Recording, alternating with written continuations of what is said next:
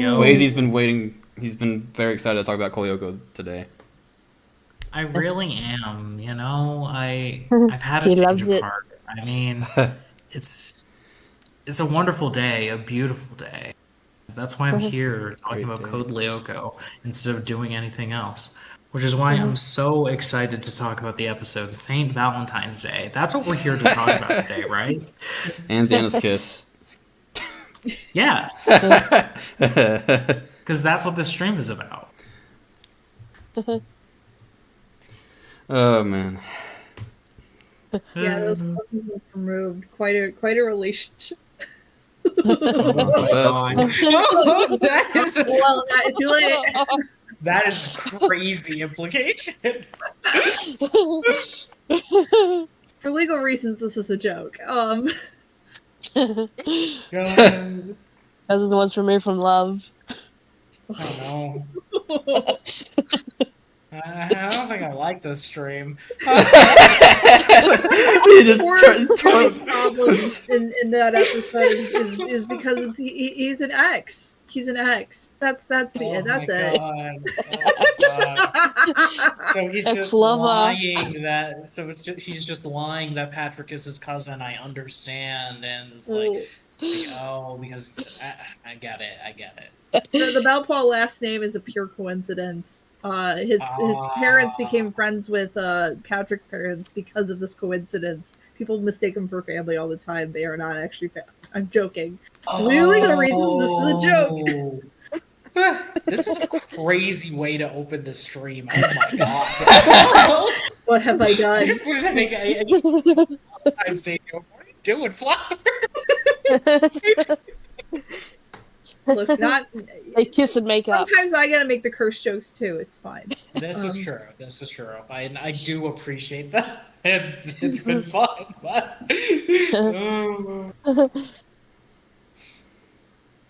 God. Okay. I can. We're first episode is cousins once removed. Like actually. Yeah. Okay. And I think we agreed Waze is going to cover the recap for this one, and then I'll do the other one, music. Yep. Okay. So is this the part where I start? You can, yeah. Can unless you want to wait for me to do the randomizing, but I can just do that now while you go off. Yeah, do the randomizing. Do the thing. I mean, I already did. Yes, Oh, you're up first, so you get to recap, then talk about it. All right, let's go. That's actually nice, though. Okay. Yeah. Okay, where did you put it? Where did you put the list? I haven't yet. Yeah, she's. Oh, okay. I made it. I have to do the typing and all that. Okay.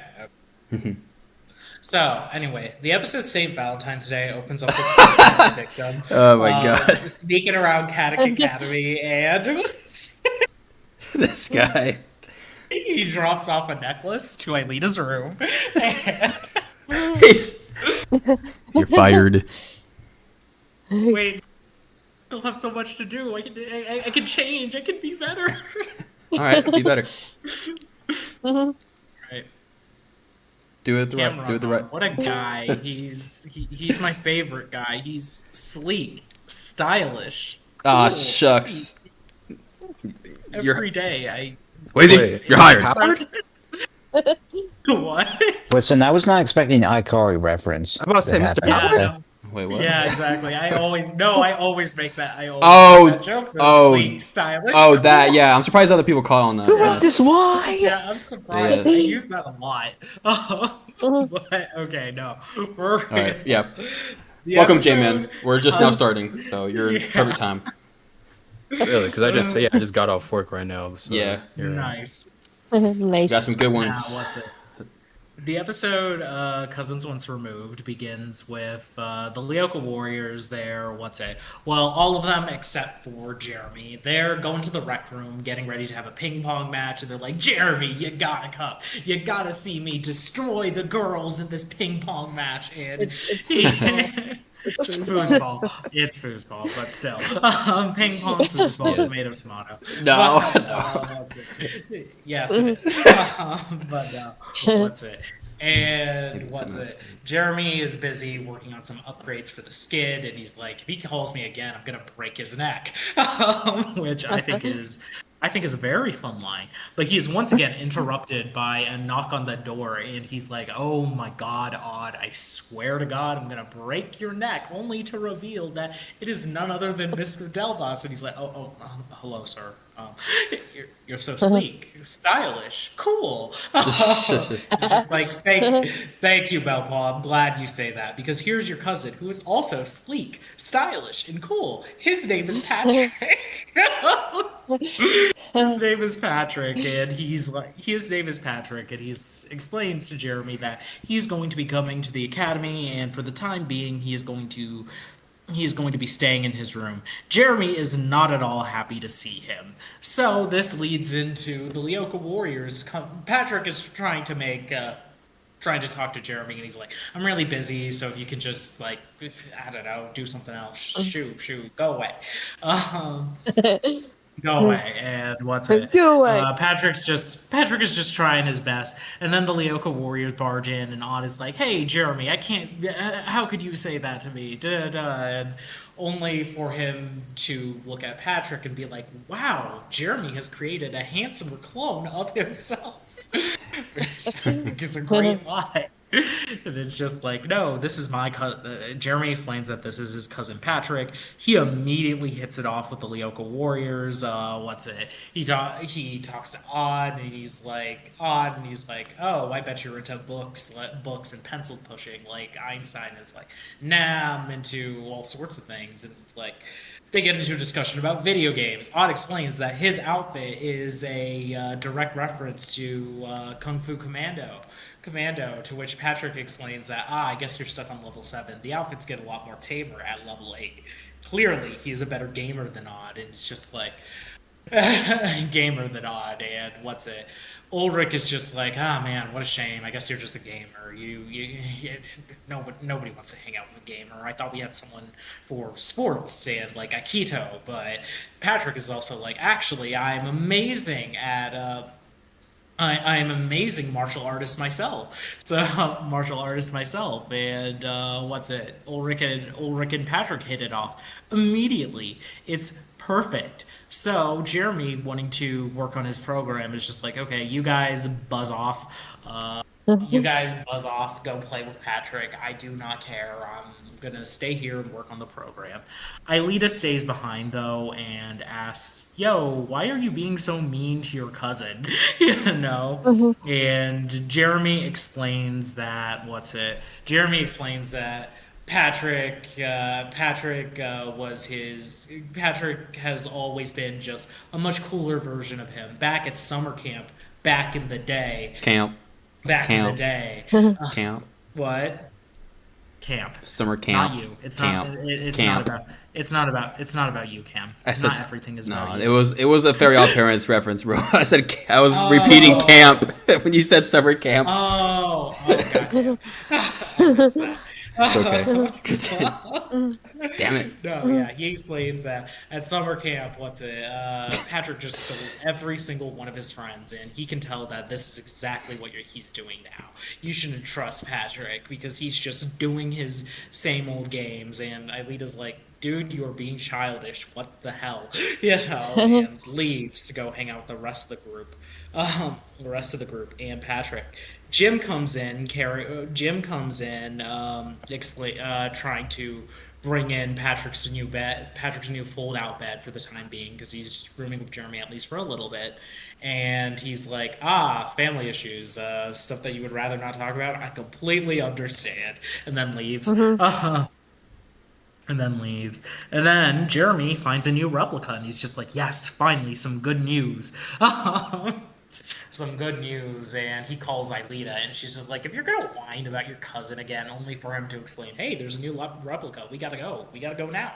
And it's like, Aelita understands the importance of that, so she goes to the rec room with the others and explains that, and shout whispers at them because Patrick is around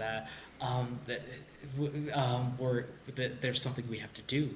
There's an attack. We need to take care of it. And they ask, Xana, and she's like, replica, even though Patrick can still hear her.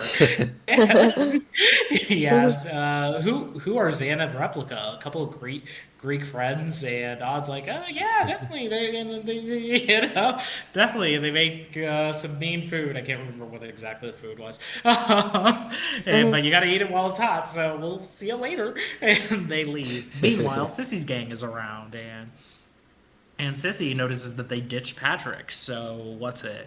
She decides she's going to snoop.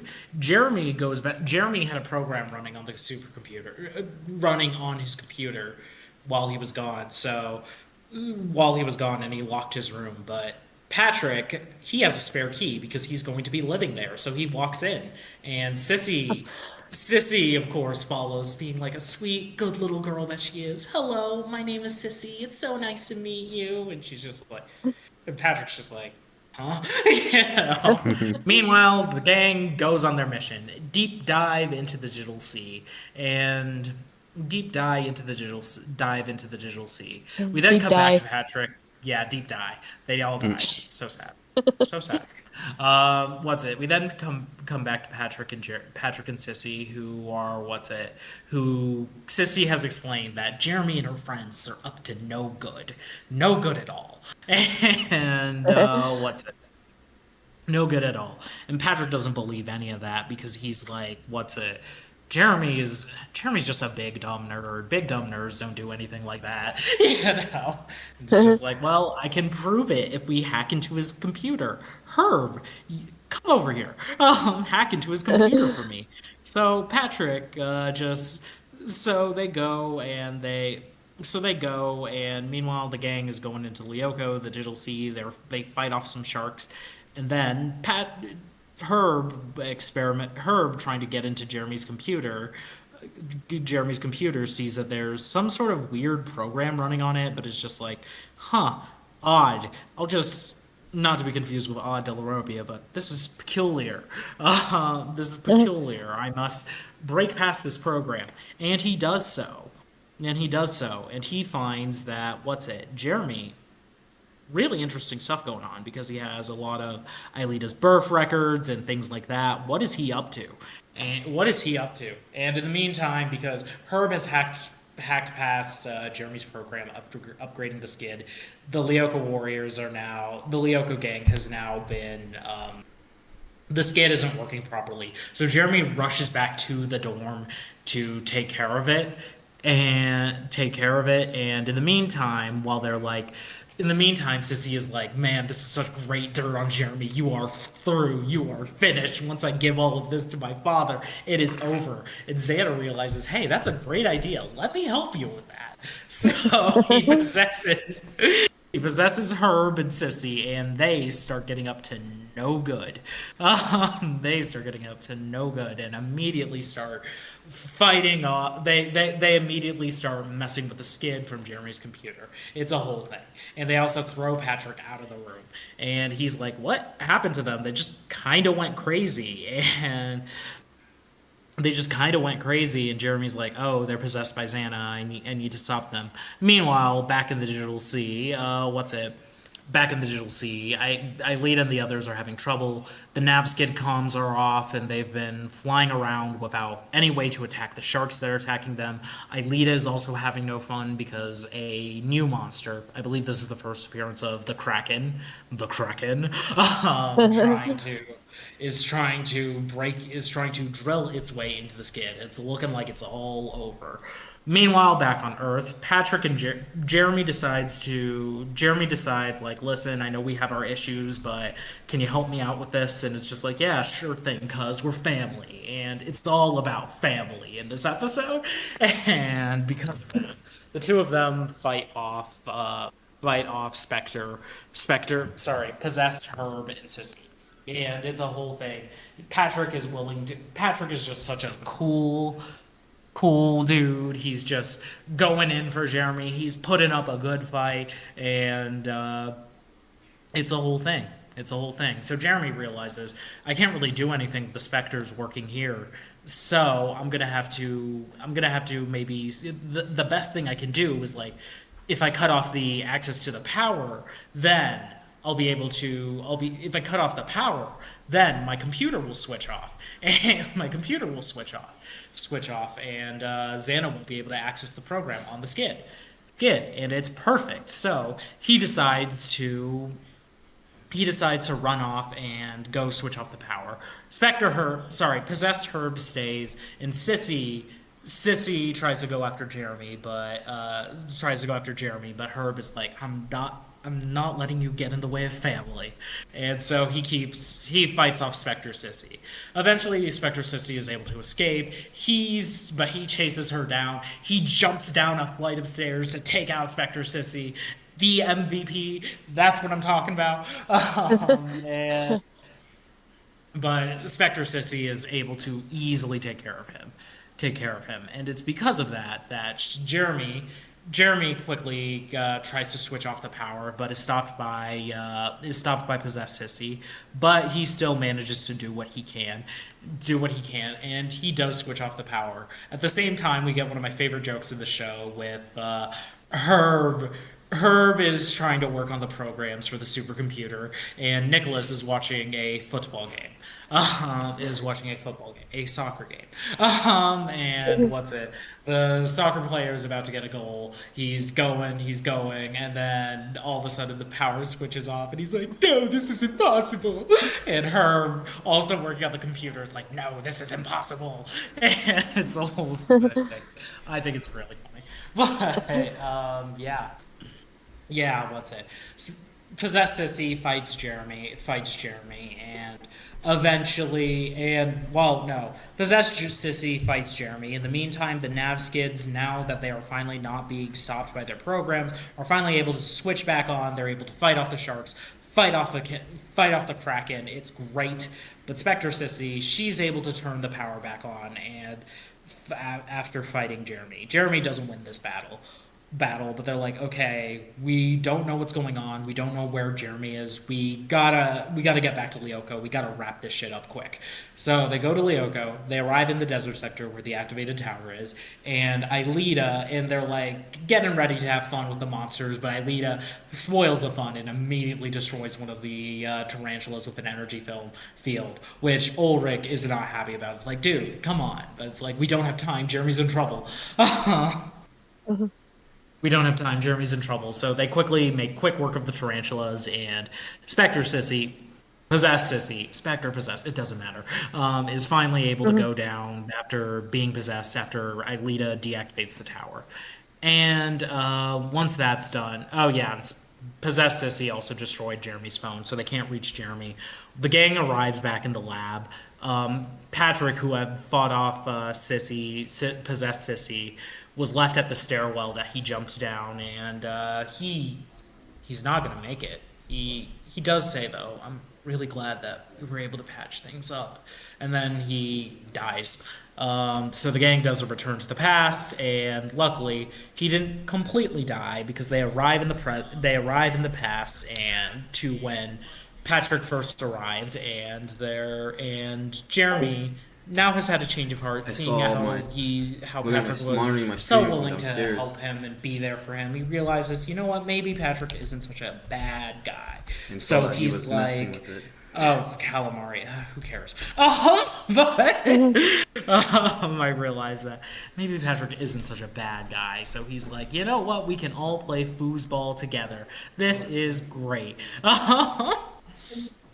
This is great. We can all play foosball together. And it's like it's gonna be you and me, cuz I can't wait for we're gonna be the best of friends now that we're in school together. It's gonna be so much fun. It's gonna be awesome.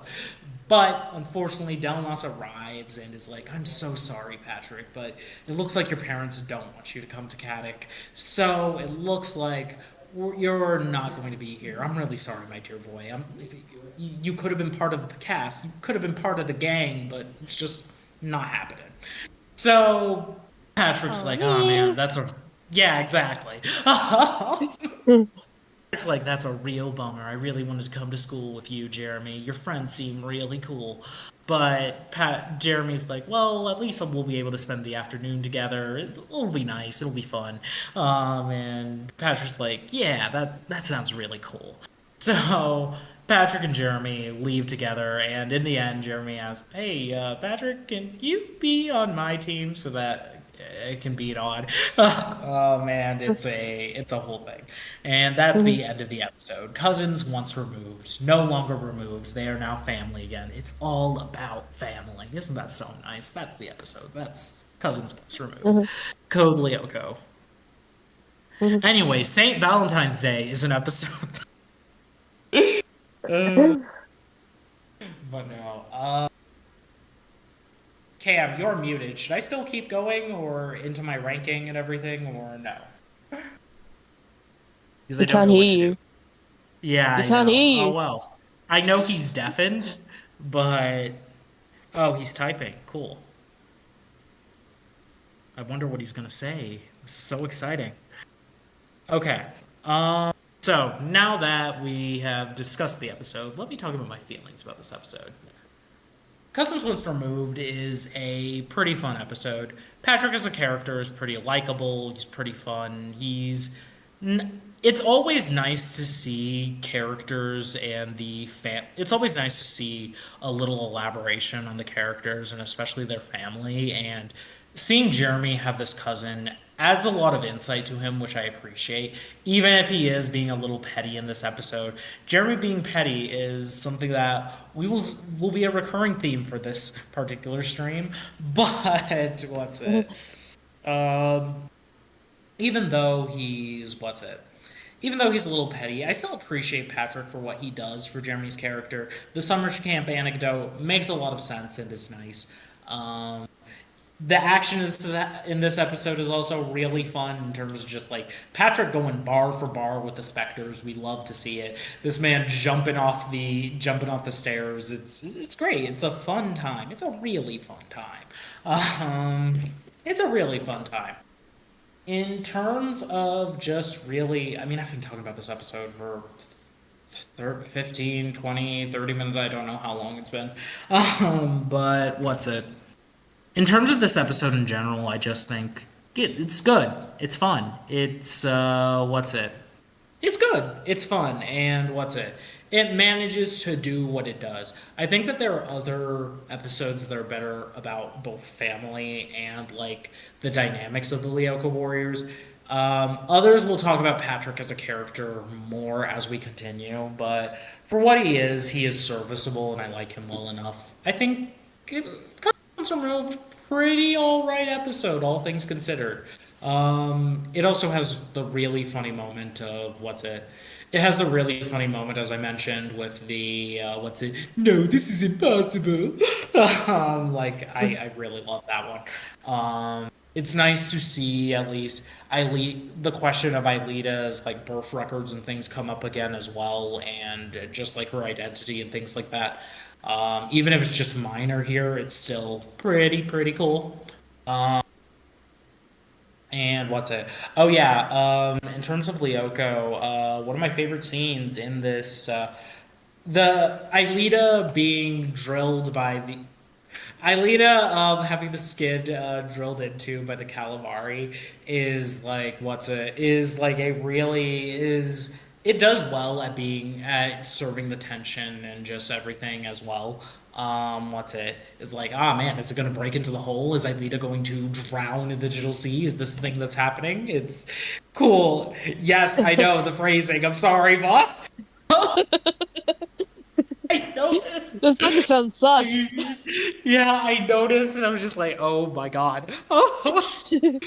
Happy Valentine's Day, everybody. Oh my god! Um, anyway, it builds the tension. It's great. It's a fun scene, and what's it? One of my favorite digital C moments is also in this episode with what's it? Please, yeah, you're probably going to clip it. But what's oh god. Um, it also has one of my favorite scenes in this episode with the gang all ganging up to fire on the calamari. The everybody going fire, fire, fire, and there are torpedoes, and it's like swimming around trying to dodge a laser. It's neat. It's fun. It's neat. It's fun. All in all, a pretty solid episode. I'm gonna give it an A minus. So yeah, that's where I stand. Also, we are all going to ignore my Freudian slip. I trust on every single one of you that we're just never going to mention that ever again. Oh, God. But anyway, yeah, A minus. Hold on. I don't know if Flower can hear us, so I don't know if Flower can hear us, but I will say in the chat that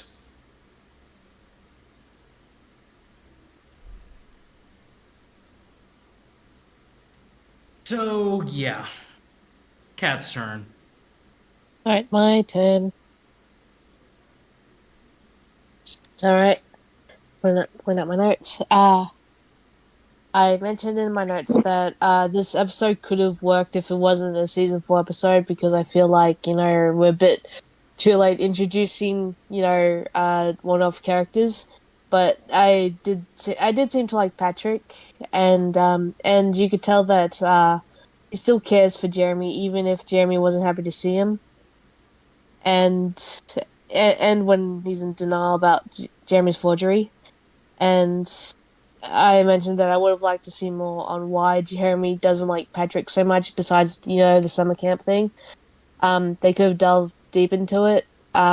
Like Jeremy being a bit insecure, or maybe he's worried about losing his friends because he couldn't compete with his cousin, and that's why he's angry. Believing that Patrick might take away his friends, like with his old group, and I thought the climax was pretty intense. It was one of those cases where Xena almost won, and I even if I didn't have a lot to say about this episode, I did have a fun time with it. I think I'll also give it like an A minus because I really liked this episode, and I thought it was a fun episode, even if I didn't have a lot to say about it. Okay, that's it.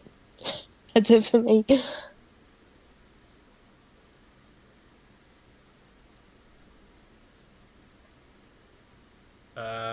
Who's next? Doop-a-doo.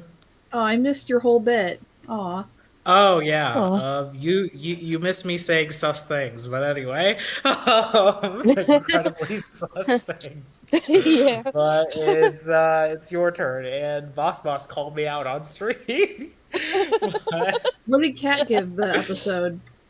A I also minus. gave it an A minus. I also gave it an A Yeah. minus. Well, okay. There's a really good chance I'm about to repeat ways because I don't know what he said.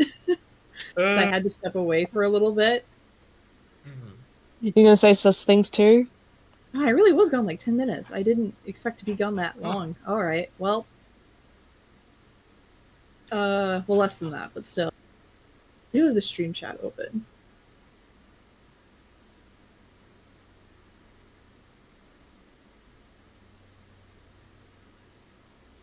There's a bunch Okay. of- yeah. I was just running through Vossboss's stuff. Okay. Hi. Yes, this episode. How do I start talking about this episode? Just trying to pick a part. I have a lot of thoughts, and I'm just like, just came back, and I was not expecting to go on like right away. Okay. Yeah, cousins once removed.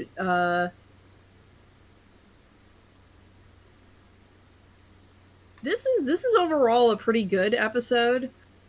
It does we get to see more of Jeremy's family. We get to see some more casual Caddick shenanigans. We even get to see Sissy come back to like be a snooper. Which I'm like, I think the last few episodes she's kind of not been around, but she comes back. She sees an opportunity, she takes it. And it's also just really there's just some dumb fun in the rec room as well. And yeah, Jeremy, this is also a pretty decent Jeremy episode. I'm trying to organize my thoughts still. I'm sorry. It's all good. Sorry. Okay. Because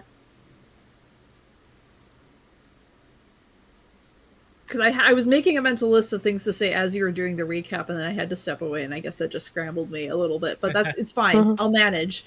Yes, the highlights about this episode, so I don't just recap the whole thing.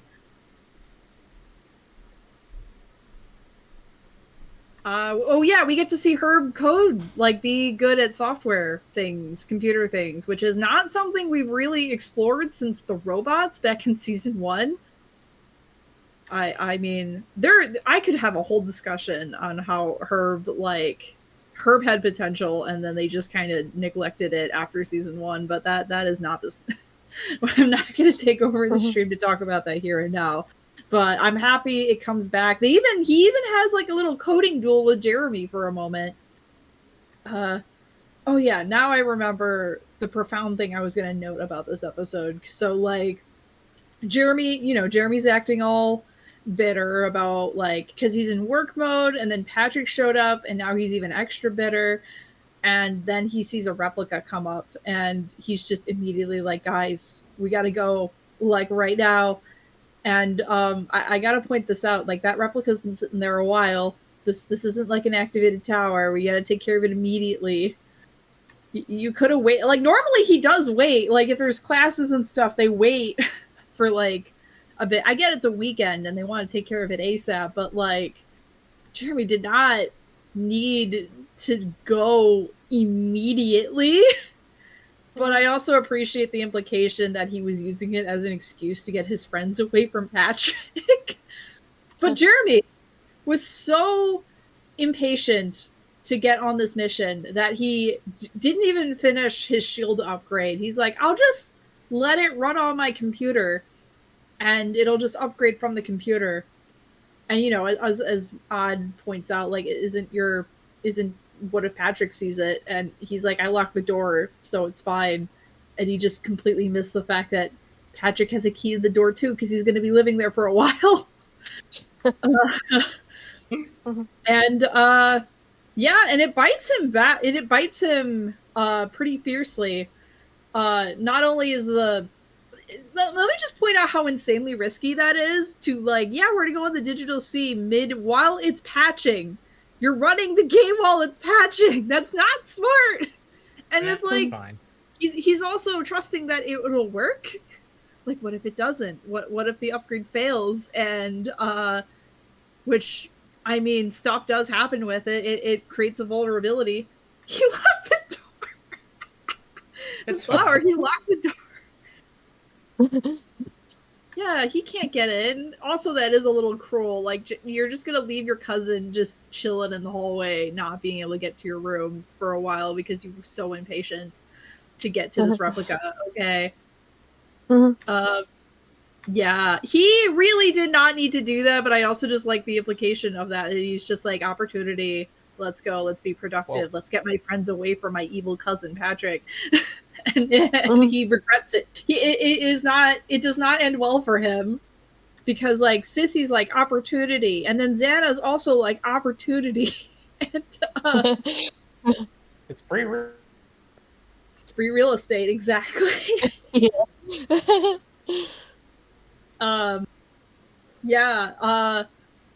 I will say I do think I can kind of see in the implications Jeremy probably does realize that his impatience is what is causing all of these problems they run into, because if he had just waited a little bit for that shield to upgrade, and then he closed his computer down and then called his friends after the Cruiseball game, the mission would have gone better. Instead of, them almost dying in the digital sea because the shields went down, and Xana's just like, opportunity, let's go. It's free real estate. Yeah. Yep. But even with all of that, I do still think Jeremy kind of flips from hating Patrick to getting over that, like, very quickly. I know Xanatechs tend to do that, but like I still think it was a little fast. Yeah. Oh well. I It's a feel like there was nitpick. Yeah, because it felt like he forgave him because the plot says he should forgive him, not because like he was ready to do that. But it's not the biggest issue in the world. I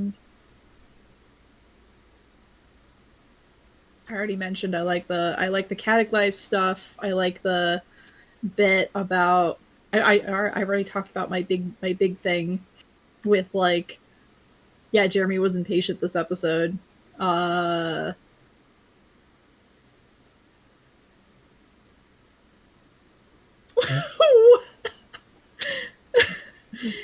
time he was that petty, he called a hit on his brainwashed girlfriend. Tad Moss. I'm trying to think if I have anything else to say. Because I could talk about, Patrick being a bro. He was useful. I will say, it's fine for this one episode because Patrick's a one-off character and he mainly exists to explore Jeremy's character more than to be his own person, but he is a little too perfect. Like, he just shows up day one, immediately makes friends with all the warriors, is into both video games, like he's a better video gamer than Odd, and he's also into martial arts, and it's just like, you are...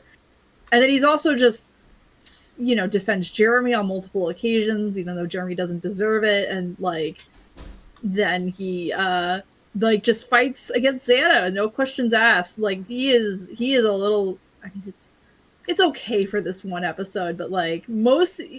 CL has a lot of one-off characters that do have a little more going on that aren't like that.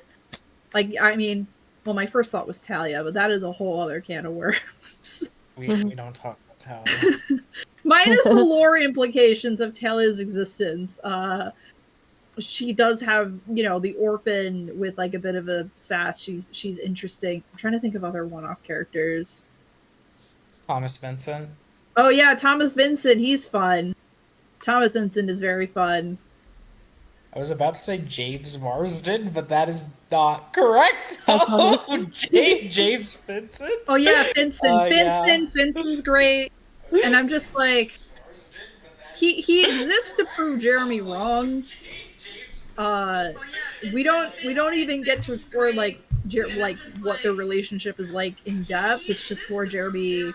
It's just there to egg Jeremy on to be petty, and then also help him get over his pettiness. That is the extent of it. I'm like, it's fine, but at the same time, CL has better arcs for that. Has done this kind of plot better. Yep. I don't know. The heck?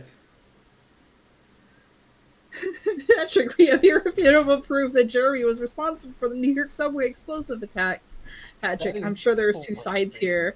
Thank you, boss. Probably. No, that's insane. His whole... Them like, hey, Jeremy has like all of Eileen's and identification papers saved to his hard drive. He must have forged them. No, actually, I think he's got a crush on him, right? She probably just downloaded them because he's got a crush on her. I meant her. I think I misgendered Anita. Sorry. Her. Listen, so what if my cousin is a little bit of a creep? Let me talk to him. We'll work it out. I mean, I get him being a creep is lesser than him like being forging identification papers, but at the same time, that's not much better, dude. He's just a loser.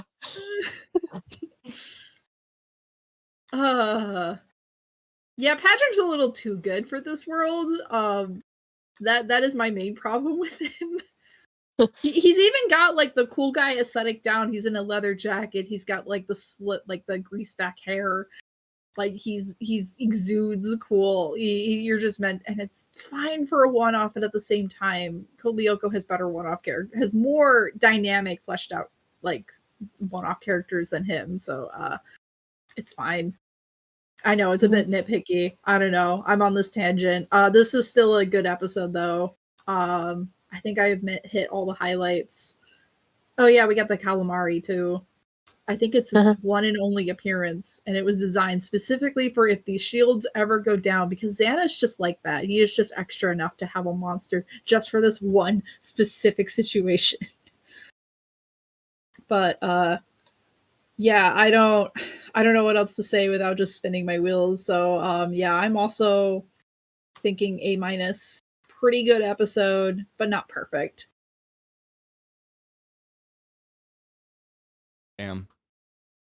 I will probably have to go back at the VOD at some point to hear Waze and Speedy's reviews because I missed them.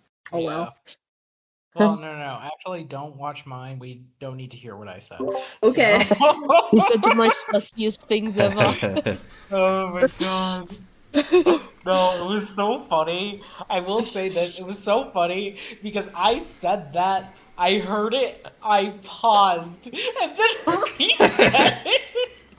Reset it. My Like, boss yeah. caught me. Yeah. I'm like, wait a minute. Huh? Something Boss about caught- Eileen getting drilled. Oh my All god. right. That's what I said. Just like, oh. Oh man. All right. Who's next? No, Ash. Oh. Colton is. Whoa. Hope you heard the summary. Never mind. Anyways, Cousins once removed. Just to remind everyone, this is the first episode where Cartoon Network stopped showing the episodes on television. Oh yeah. They moved on to the website. So They also skipped Lab and- Rat, is what I've heard online. right. Which from the what episode I've heard. establishes teleportation. So like the next episode, which they did show, they just they just show teleportation without the explanation behind it. They That's can what I just read do online. that now. Don't worry Yeah. about it. And I realized that they really stopped at the wrong part. They really stopped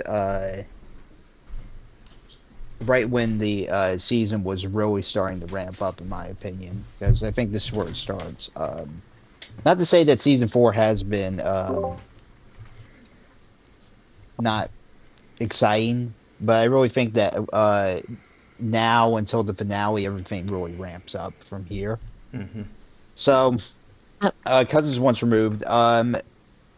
Getting to see another family member, even though he's a cousin, Patrick, I think he's very interesting. Flower mentioned that for some reason he seems too perfect. I think that it's just because he's been watching all the episodes of Koyoko, and he's just trying not to spoil or give away the fact that he hasn't been watching the Lyoko Warriors constantly. Oh my god. he knows about them completely. He's been watching them. Always watching. Always watching.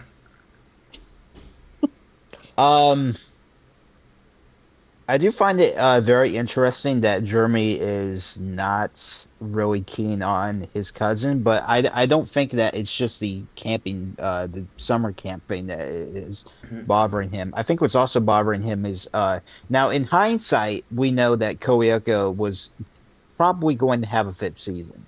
But considering the fact that it didn't, and that we are now like 7 episodes away from the finale, I think that Jeremy, it's not. I think Jeremy's showing a lot more desperation, and this actually continues into next episode. Music Tube Savage Beast, but we'll get there when we get there. So of course they're trying to hide the fact of Lyoko from Jeremy's cousin. I find Patrick to be a very interesting name, but probably not as interesting as Orlando was going to be. Orlando, my beloved. Seems like I don't know. Maybe I guess they just put names in the hat and just like, all right, Patrick, let's go with that. But yeah, Sissy obviously is snooping around as usual.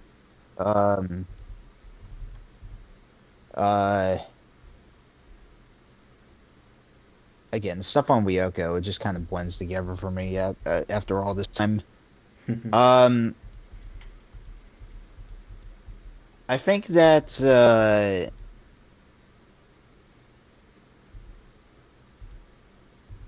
I don't know, man. I really don't have my. To be fair, this is really is one of the better episodes of season 4, I think. But it probably would help if I watched it before. But obviously, I didn't want I to do mean, I that. try to get you. Mhm. Imagine. Yeah, imagine me watching Koyoko, which, by the way, it's a very overhyped show. Agree. I'm so glad you agree. Code Mhm. Lyoko. Yes. God. Mhm. Worst show. Yeah. I do find it funny that at the end of the episode, Patrick gets a call from his parents and is like, "Okay, we're not going to take you to we're not going to send you to CAC." It's like how on I know that we're 7 episodes. Like, imagine if he stayed for like 7 episodes and that's it. It's I have wait, no, like imagine if they introduced this new character and but then like 7 episodes later, all right, the show's over. That's it. I had a That'd be crackpot theory that Xana realized how Chad Patrick was, and so he used one of his replicas to like hack one of the school servers to make transfer him immediately out of Gaddick to prevent him from becoming a Lyoko warrior and a threat to himself. No basis. I just think that's funny. um. You gonna say something? Oh yeah, I like no basis other than the fact that we don't have Delmas coming in the first timeline to be like, hey, your parents want you transferred out. So either that entire section between Patrick walking into the door into Jeremy's room and all of like that attack happened within less than an hour, or Xana changed the timeline during the Return to the Past because he could. I don't know. It's not an actual theory of mine, but I think it's funny. Wait. Hold on. Xana, when he saw, I'm not editing a meme. I'm just putting the base one. But Xana, when he saw Patrick,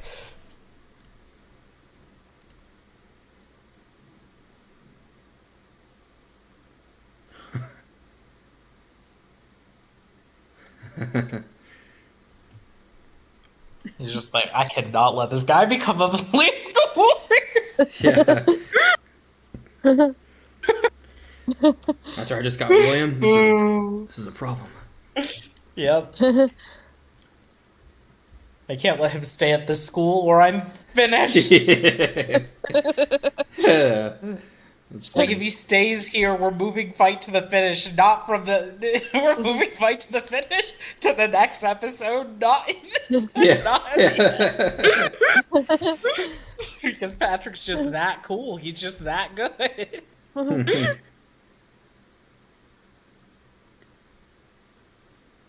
So, anyways, and it's I forgot to mention that Sissy does get taken over, and I do feel as if that starting from here is that Xana takes over a lot more people from this point onwards. So I think Xana might also be getting desperate. It seems, Yep. What's which he I hiding? do enjoy as well. But overall, I think this is one of the better episodes of season 4, in my opinion. Sure, it's not perfect, but still, it's still more eventful, I would say, than some of the other episodes of season 4. So I'm going to give it an A+. Alrighty. My turn.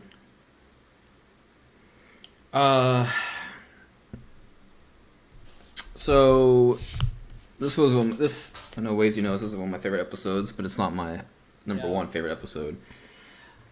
And not just I know Patrick's like a main part of it, but like this episode is just really fun. It is a filler, I believe. It's a very fun filler. I think Patrick just kind of like he's just kind of like getting just kind of like I want to say like fastly getting along with the group. He has the whole package. He knows what was it, Pinsalot? Is it Pinsalot or something else? It's some It's like kind a of keto. He's okay. into a keto. keto. Okay, so he has. I think Auric isn't that. Okay, I forgot the exchange between him Oric's and Auric. into penchaks a lot. Right. Yeah. Patrick's into Aikido. I think the implication here is Oric's actually interested in multiple martial art Yeah. forms, not just penchaks a lot. Yeah, I remember something like that. Him being like interested in that too. He's like, oh, cool. You said He's yeah. disappointed. Go ahead. He's disappointed because Patrick is a gamer. He's like, ah, man, I thought we had someone new for football, but like, no, actually, I'm also, Yeah. you know, Yeah. yeah. He literally like he just fits right in. He has everyone's like favorite interest, and it's like, wow, this guy's the real deal here. And then Yeah, that's why I say he's a little too perfect. yeah, a little too perfect. Very Stu. Eventually there was gonna be a character like that, huh? I just think it's weird that it happened so late in the series. It's just kind of random.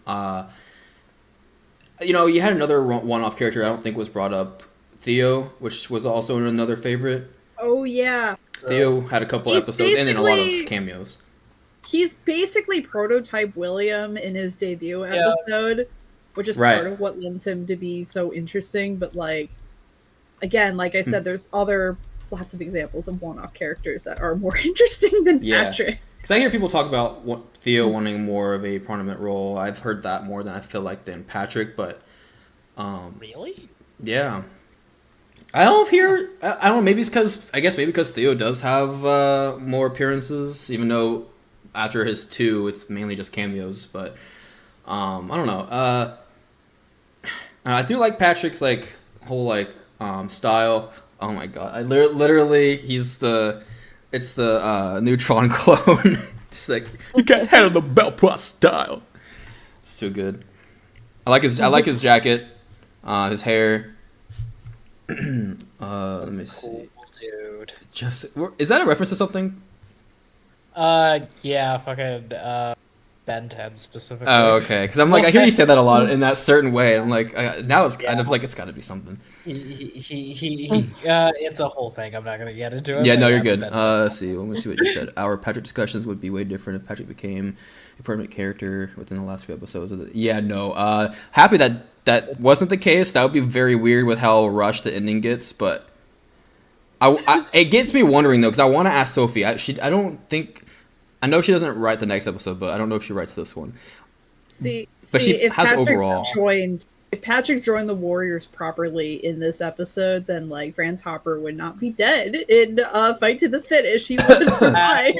Oh my god. This is why Xana's just like, this is why I wanted him out of the school. Oh man. I'm like, obviously if there was more Lyoko, I feel like you could definitely do more with them and flesh them out. But I'm curious to know their concepts and ideas of Patrick. Like, how early was it? How late was it? Is it something that they feel like thought he's- about? I doubt there was a lot of thought put into the character. I'd Yeah. be so genuinely surprised if there was. It's just so weird that you do this so late, like 5 episodes before the ending. Is so weird to I me. mean, it's He just a exists. filler episode. He exists more to be a plot device than to be a proper Yes. character. He's there Yep. to make Jeremy more angry and to Yeah. force Jeremy to confront his own feelings about things. That is his role. He is not there to like be a character in his own right, which is, and that's fine. Like as a storyteller, you can do that, especially for like a one-off character. Not every character needs to be this super fleshed out with like.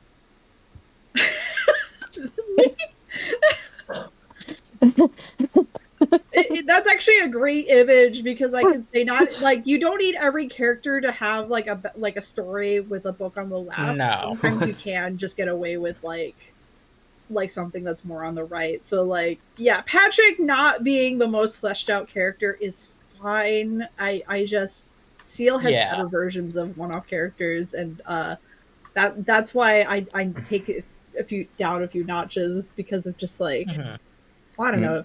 I'd take what down? I don't know. My opinion of him.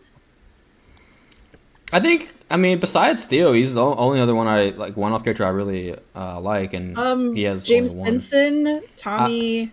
Vincent Yeah, no, I don't. TV, No. the reporter He's lady. technically in None. more than one episode. He is a single episode character. Yes, Vincent I'm has not one counting, cameo like, after, but Okay, but he's in the background. yeah, one. What? Not TV I though. mean, In a that- couple other we're episodes. counting Not- Theo, and he's also in the yeah. background. So Oh, Exactly. I can't remember TV. it doesn't have Emily to be as the well. strict definition. Like, this is a character meant for only one episode. I'm Yeah. really only excluding Sam because she does technically have a significant appearance in a second episode. Yeah, she has more into like the. She was intended Oh, it's to character be a development. single episode character. at Yes, the very she least. like Rock Bottom was the only episode we had of her. Again, she'd be another case of more interesting than Patrick. Like, Boss. That's he. That's probably the Peter Duncan lookalike, but TV. Actually, no. I think TV might be in there. Does appear in, Yeah. TV does appear in Temporary Insanity, but Yeah. even then, it's not. I know. It's a just. cameo. I know. It's We. not- I know. And Yeah. Vincent has a cameo, and I think Final Mix or something. Can't remember which one it was. Yeah. Or maybe not Final has Mix. TV has a speaking role in that episode when he.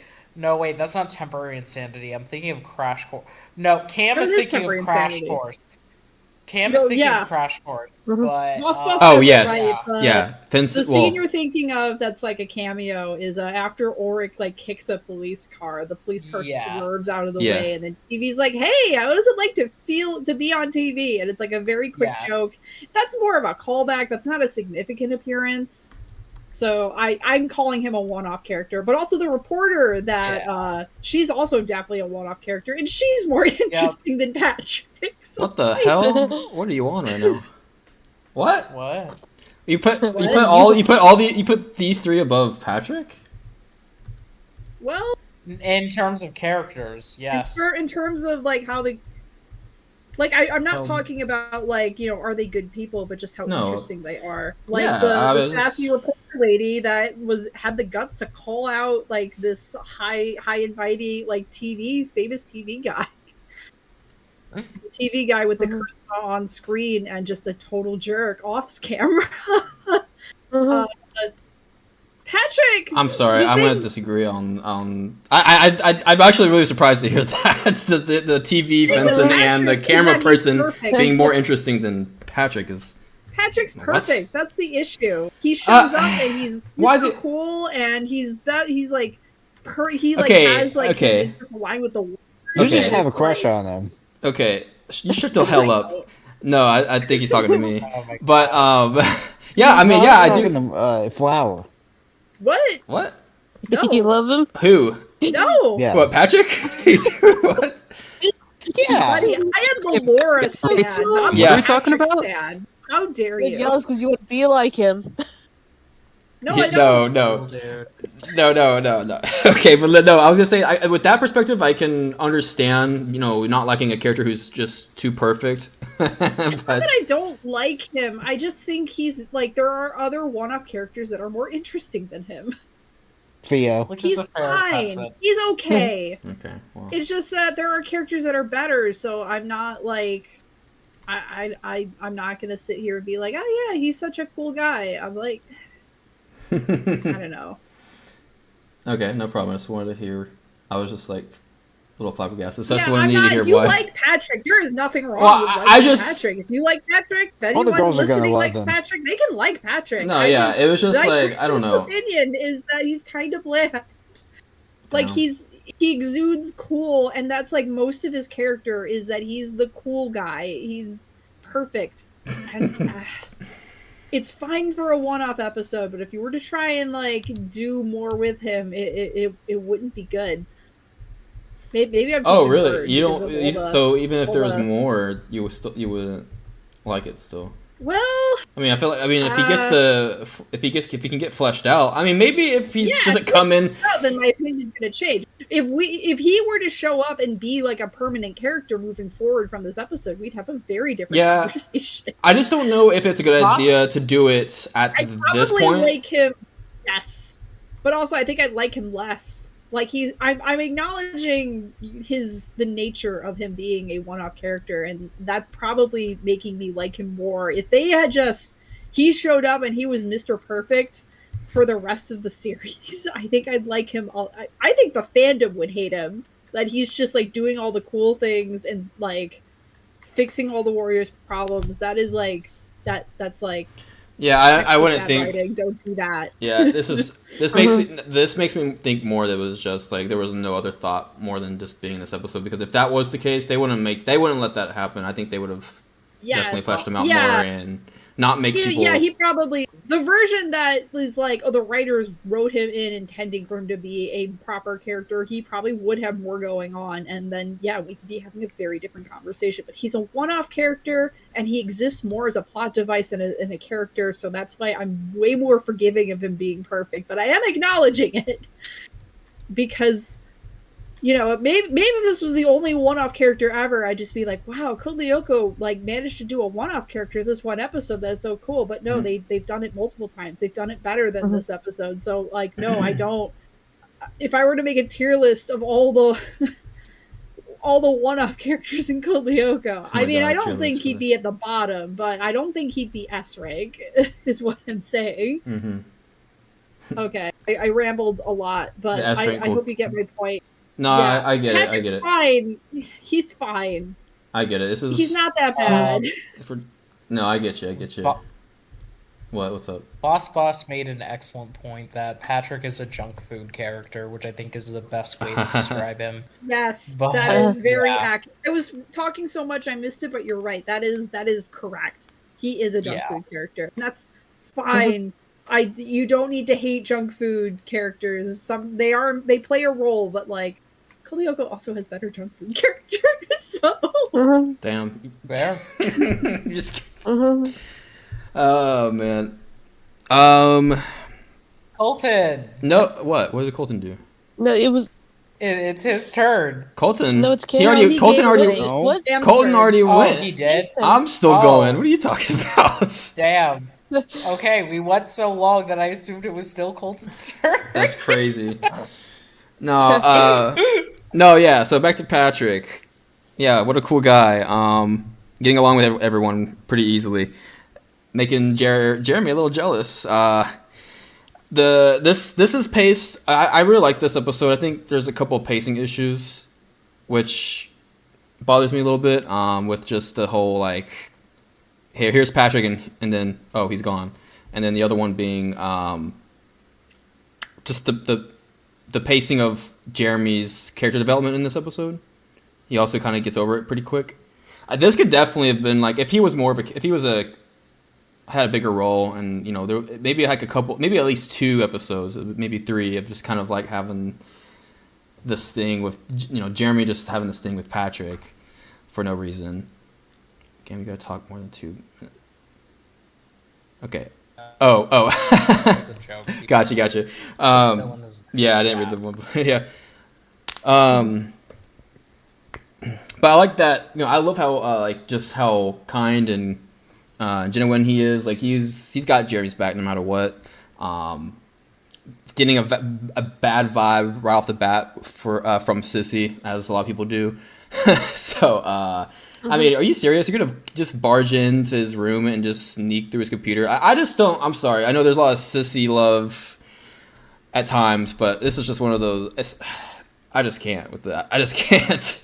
To be fair, she has been like very more paranoid about the Warriors than ever before, especially after, you know, they had to replace William with the clone.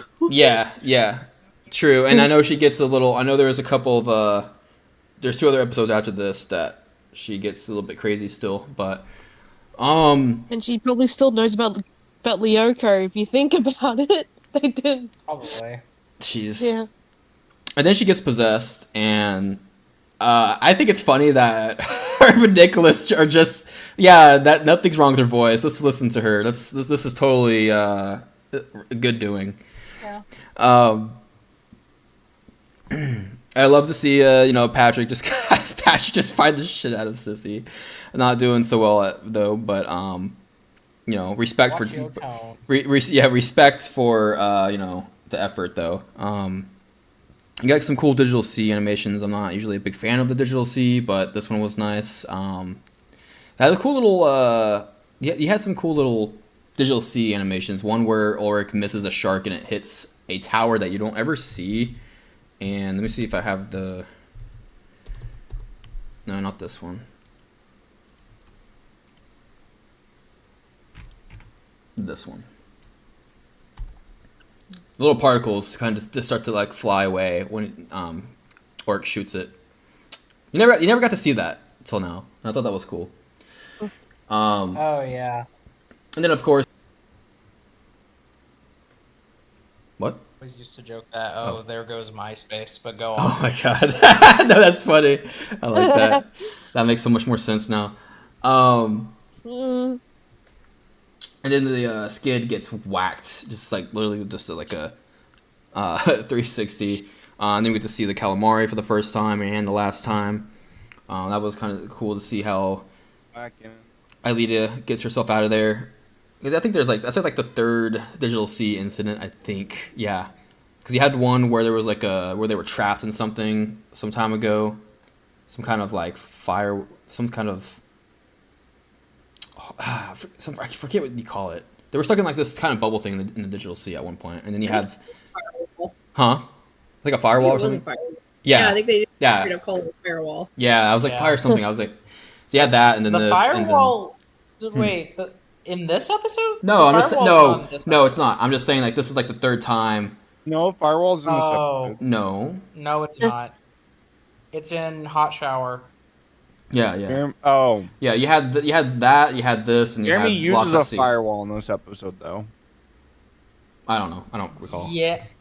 I didn't get to watch it with y'all earlier. He literally says the lines, "I'm gonna set up a firewall so nothing happens while I'm heading." Well, this was, but the other one was. Firewall. Yeah, the other firewall was Xana's doing. They were stuck.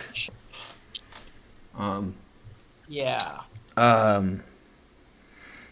forgot to mention that one line delivery. I cracked the firewall.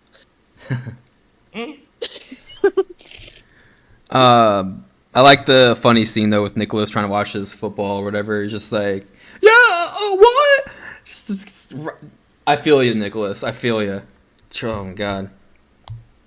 I think he starts banging on the TV. No, this is impossible. Yeah. That's what it was. Also, at the end where Jeremy and Patrick are still fighting Xana, Sissy, when Patrick gets knocked down the stairs at the very end when Aelita's getting to the tower. It's one of those rare moments where you get this awesome soundtrack with the tower, and it's just kind of very eerie. It's like less instruments during it, and I had to like pull it up, but just trust me, just search it up, and it's a really chilling tower soundtrack. But that's pretty much it. I just, Patrick's cool. I like this was a very fun filler from start to finish. I wasn't bored. I would definitely come back to it during a rewatch. So excuse me. So I will rank it an A, not an S. I'm not sure if Wazy thought I was gonna rank it at S. I initially yes. Yeah, I had a feeling. I don't like him that much. Definitely better episodes than that one. That's fair. Also, this is such a stupid joke, but anyway. Jeremy, when he wants to stop people from accessing his important codes. What? What's the song? Yeah. Oh, Fireball. Yeah, Fireball. Yeah, okay, got you. No, yeah, yeah. So This now is I got it. joke. No, you're good. Fireball. Anyway, go on. Very good. I think it's Dylan's turn now, Yeah, it is. and then Jamin.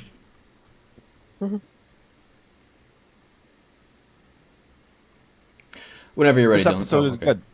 good. I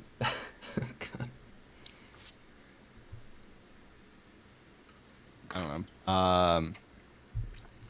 Honestly, I like the addition of Patrick, and I think it is a shame that they didn't make him a more permanent character, though I understand we're in season 4 and adding more permanent characters at this point, especially when you already have William, kind of seems a little extra. He's sort of jack of all trades, master of them as well. Gary Sue-esque character type doesn't bother me that much. It serves its role in this episode quite well, but also like actor's just Jeremy's cool cousin who's like pretty carefree, not like, cool, everything.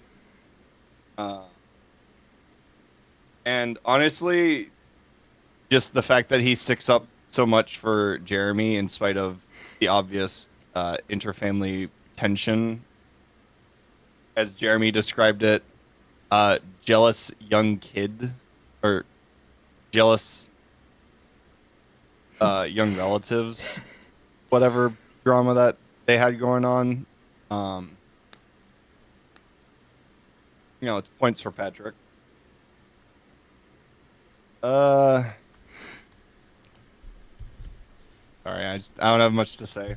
It's just S rank. This is an S rank episode. Really? An S, our first S. Ooh. You surprising us with these S's. I'm surprised. It's a good episode. No, it is. But S. Okay, all right. I mean, everyone here giving it a freaking A. You're not questioning. A is a great rank. I don't know what you're talking about. It's a I'm not really saying good. it isn't. Yeah. Okay. I'm just saying an S isn't that far fetched. No, a little bit, but it's definitely worthy with an A at the highest because it is a very fun episode. But okay, so J-Man, you now have the floor. It's about time. Anyway, is my voice working well? Can you guys hear me? Testing, testing. Yes, One, a little two, bit. three. Yes, we can hear you. All right. So, as for Cousins Once Removed, yeah, I kind of see this as another throwaway episode, but there are some good aspects to it. When it comes to Patrick himself, we can start with him.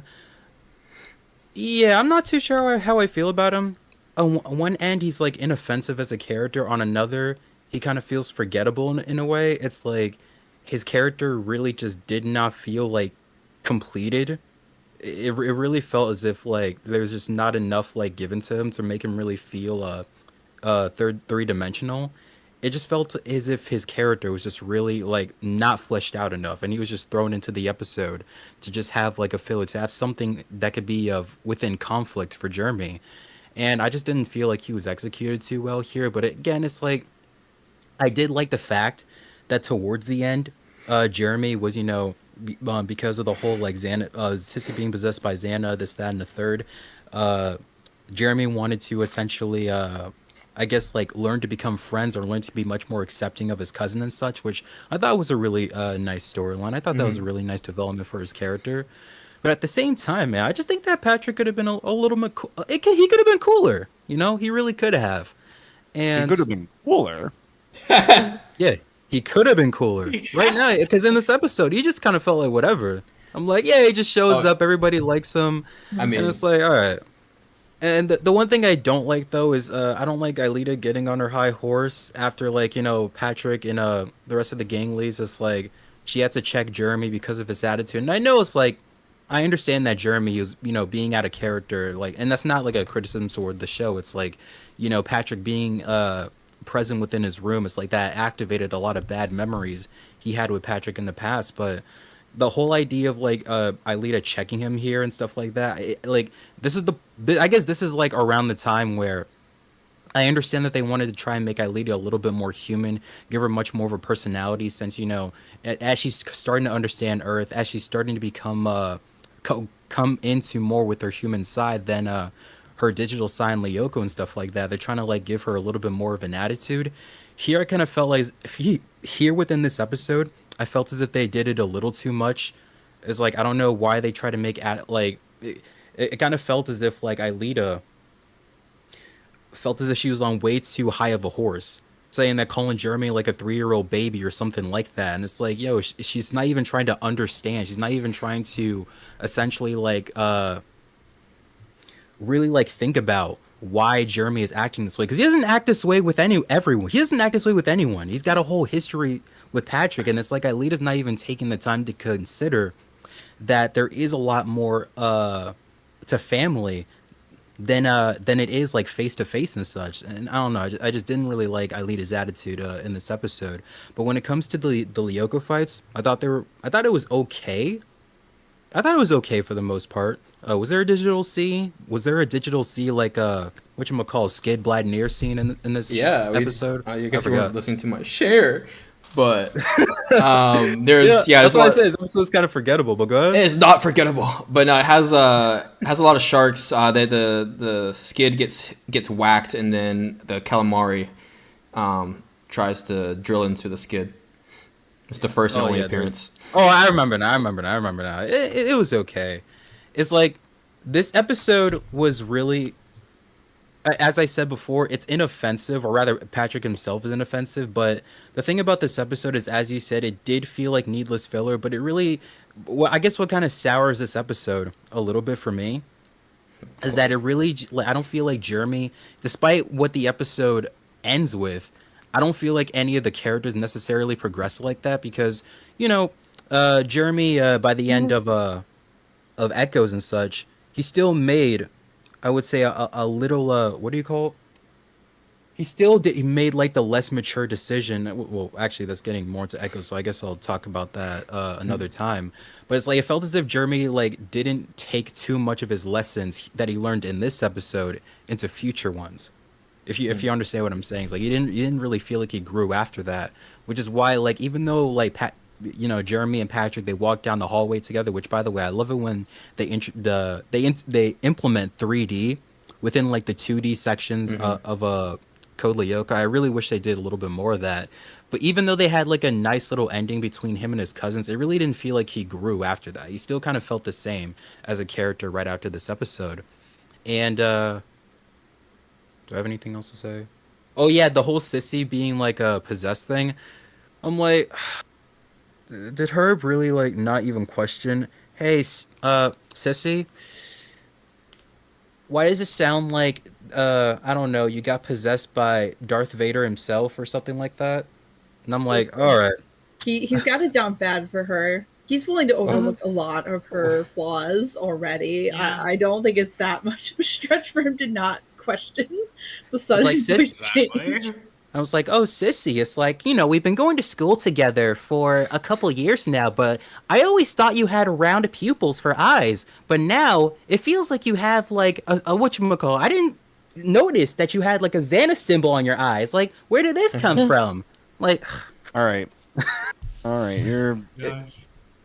What being was that, Dylan? facetious, J-Man. What was that? What?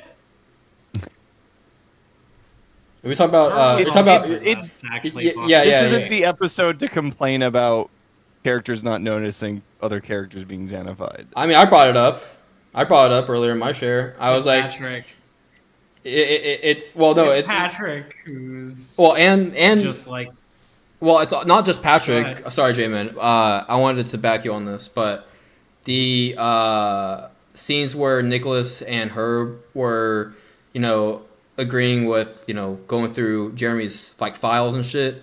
Well, once like later, then Sissy gets possessed, and her eyes and voice are changed, but Herb and Nicholas are still. Or wait, were they both possessed actually, or was it just? no? It was just Nicholas Sissy, right? Is in the rec room. Oh, okay. Just watching football. He Okay. does not care. And Herb, was he what's possessed his or name? no?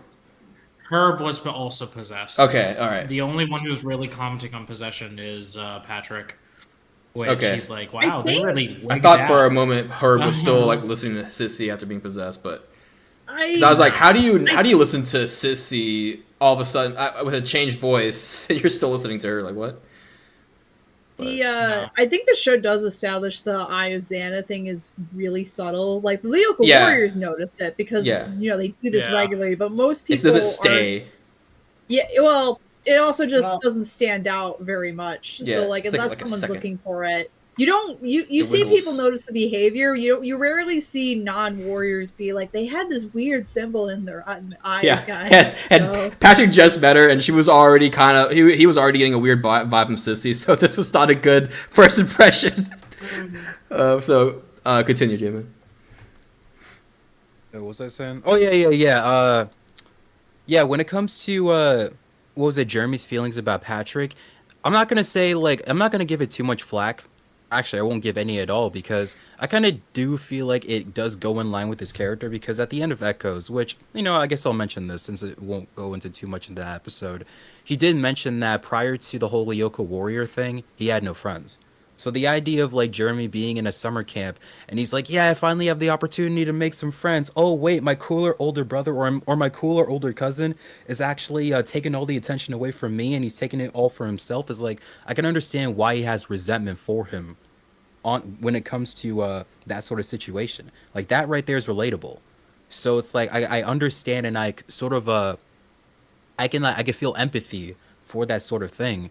But it's one of those things to where it's like I feel like this episode missed the opportunity to expand upon that a little more, especially for the build up to Echoes, the very last episode. So yeah, like I don't really have too much of an issue here, but it's like I feel like that whole like situation between him and Patrick, that could have been a lot better. Patrick was a lot more interesting, much more fleshed out as a character. It's like, yeah, like, it is a big missed opportunity. But then again, it's like this is pretty much a one-off episode. I'm pretty sure they weren't planning on doing much with Patrick anyway, which they actually didn't. So it's like, I don't know, man. If I want this show to do like, because it has a lot of great ideas. It's like I don't want to see Code Lyoko as just like an acceptable show. No, to me this show is exceptional, and I would rather like the show, or rather this episode, take advantages of the good ideas or the great ideas, excuse me, that it does introduce, rather than pretty much being like, hey, you want to know what? This is just for a one-off. This is just for a whatchamacall. This is just for a filler, this, that, and the third. It's like I feel like this episode could have done a lot better things. So, yeah. Final grade, I'll give it like, maybe like B minus, I guess. wow. Eh, Valid. I'll say, yeah, B minus is fine. Like again, it wasn't bad. Go ahead, B minus. Damn, that hurts. Honestly, valid. I felt like my A minus was generous, so I say valid. I think it's a little heightened from like the decent episodes. This is a little more than just decent. It is fairly good. It's definitely not S rank material. No, it's I not gave S it an A rank. minus for a reason, but I just thought it was good. Yeah. I just felt You like guys can be wrong all you want. I just think Oh it my was God. yeah. I just thought it had Yeah. interesting Lyoko and Earth scenes. It was all around a pretty fun episode. I considered both a B and a B plus, but I'm like, let me give it an A minus. You want to change it? No, but I stand by my A minus, but I stand by my A minus. Alrighty. Okay. Let me pull up the tier. This is tough. Yeah. Oh. The average is A minus. Well, I guess the average is A. Yeah, you want S and one So B. an A. So it's probably gonna be in the A somewhere. Yeah.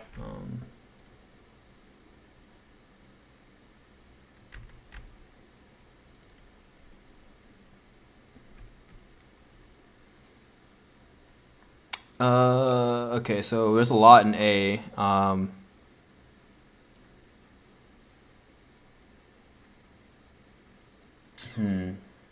It's like I guess Is is it- it like a mid A then? Is that kind of what it does? Personally, I would put it below Skidbladnir. Skidbladnir, Skidbladnir. Maybe even below K9 Conundrum.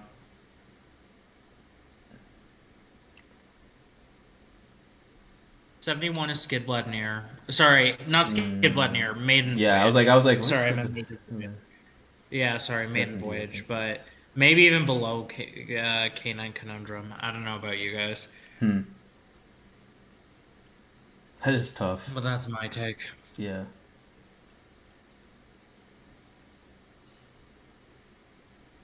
Yeah, it's definitely like it's definitely in front or behind K9 Conundrum. I think I could agree with that. What about y'all? Mm-hmm. I guess. Well, I know Dylan said S and Jameis said B, so I guess Flower. What do you think? Let me actually pull up the tier. I have the chat open. I No, you're don't good. have the actual. Um, 'Cause I'm in this room with you. I don't need to have the stream open. no, you're Just fine. at the same time. Mm-hmm. I might fix that in the future. I think I have a way to do that. Let's see. Kind of think if it should be before or after K9 Conundrum. We have 4 A's, right? An S and a B. I kind of want to put it before. I do think it's a little better than K9 Conundrum. It's not as good as Maiden Voyage, though. Yeah. Maiden Voyage. I don't think it goes a little Yes. higher than that. I can even agree with that. I'm okay. Just leave it right there. I'd say before or after K9. Either or. All right. Lost says before under K9 Conundrum, which Under K9 that's Conundrum? crazy. That's an interesting take. Yeah, Honestly, I love could- both of them. I love both I'd be of them. okay with that. Yeah. Well, we don't count the chat's opinions. God. Sorry. Well, maybe I wanted to make the chat feel involved. Cam. No, it's okay. I appreciate it. Always do. Nah, y'all heard it here first, folks. Cam hates every single one of you, but I'm here for Kiwi you. episode, I one-off will character fight for episode. you. Oh. Hey, I still agree with your opinion, boss. Kiwi episode over the one-off character episode. Oh yeah, you weren't here during the last stream when I talked about it. 'Cause you were late.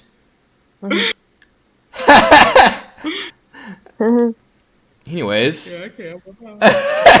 Time to close the stream window again until we decide the ranks for the next one.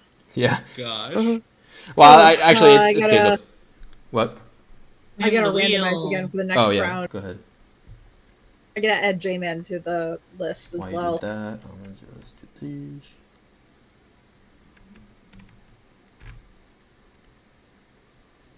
Who's it gonna be? Mm-hmm.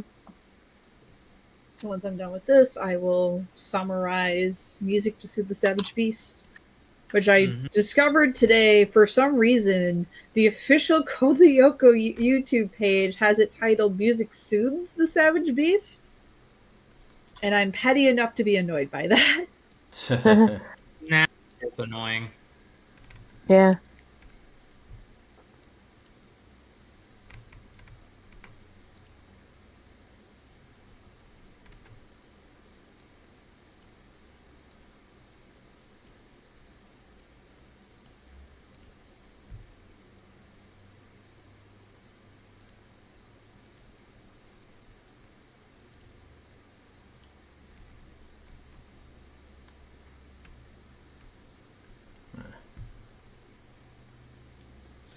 I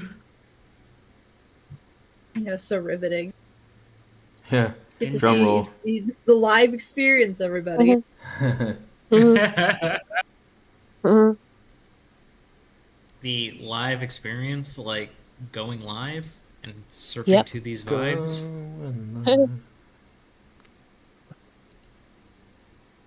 Damn. I see how it is. Oh shite! Look, I don't control. I- I don't control the output. Oh. I just put in names and it spits something out.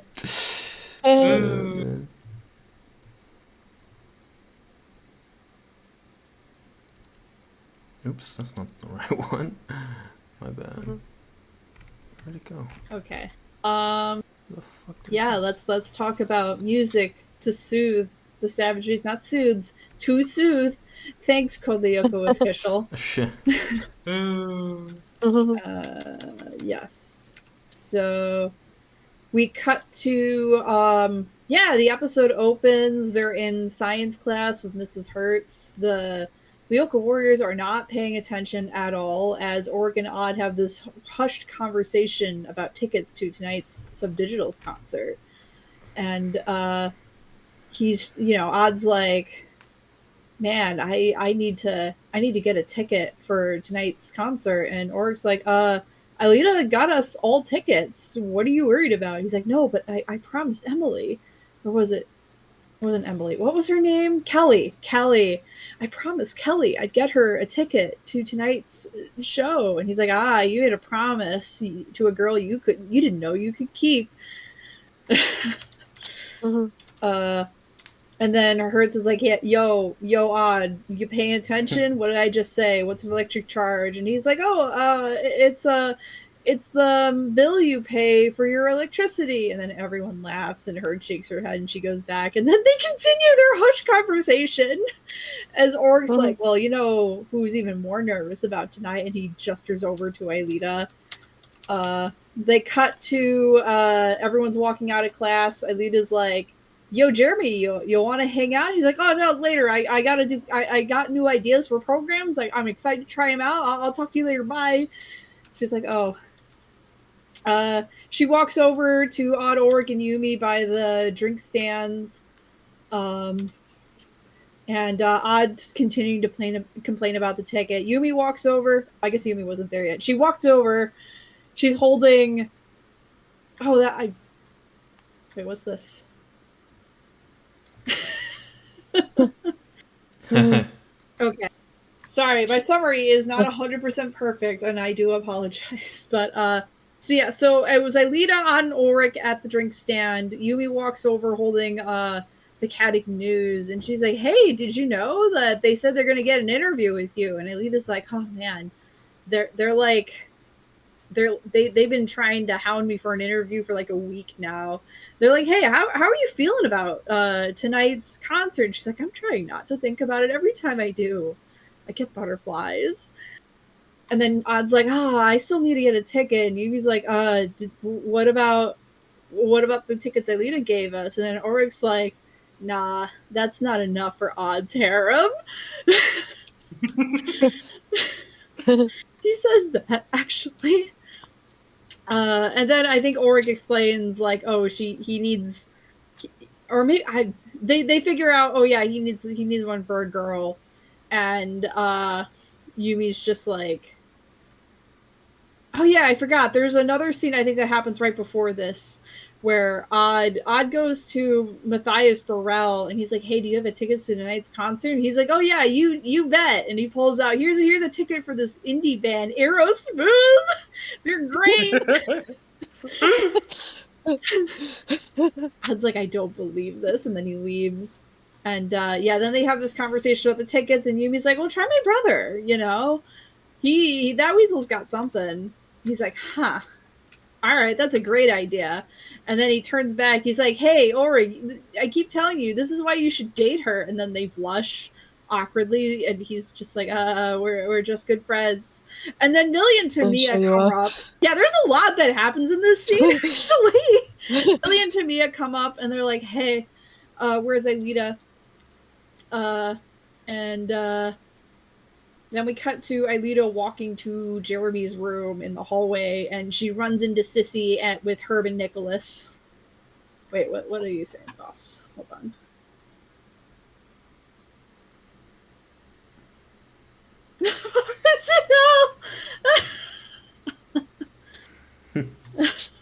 Jeremy's better because Odd is just a terrible boyfriend. Fair. But, yeah, so Herb and Nicholas are, like, showing off that article, and then Sissy's like, hey, how dare you? Everyone knows I should have been picked for the Subdigital's opening act, and you were instead, and I'm just, we could just... The episode doesn't do this, but we do see her try out in opening act, and, maybe it was Final Mix. No, it was opening act. And, she didn't get it. Like, fair and square. But anyway, yeah, she's mad, and Nicholas makes a comment about how, well, no, you see, you didn't get picked. Alita got picked. She's the one that's going to the concert, not you. It's this. He's just like smacks him with a magazine, and she's like, you moron. And then she leaves in a huff, and then they leave. Alita enters Jeremy's room, And she kind of just is like, oh yeah, I got that concert tonight. And he's like, oh yeah, great. Are you excited about it? And she's like, I'm very nervous about it. I'm not even sure I can do it. And he's like, well, you're gonna have Oregon and Yumi cheering you on. And she's like, well, what about you? He's like, oh, I got some calculations to run, so I might be a little late. And she's like, excuse me? Hey, this is like one of the biggest nights of my life. I'm telling you, I'm so nervous. I don't know if I can do it, and you just don't get that? What? And Jerry's like, well, I mean, if it's that important to you, what do you mean if it's that? Yes, of course it's And then she throws actually her isn't that invitation. Here's your important. ticket. We've been Give lied it to to. someone else if you don't want it. And she leaves in a huff. We cut back to Odd negotiating with Hiroki. Hiroki does have a ticket to that concert, but he's charging him quite a bit of money. And he's like, can I take an IOU? As your sister's best friend? He's like, no.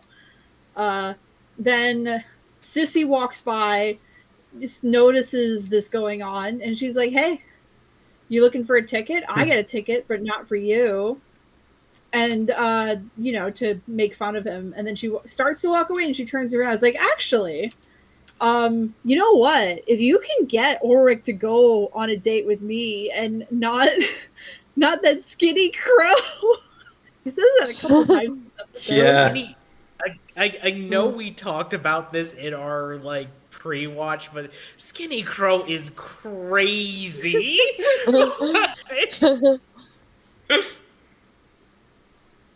Hey, George. Oh, hey, George. George in the chat.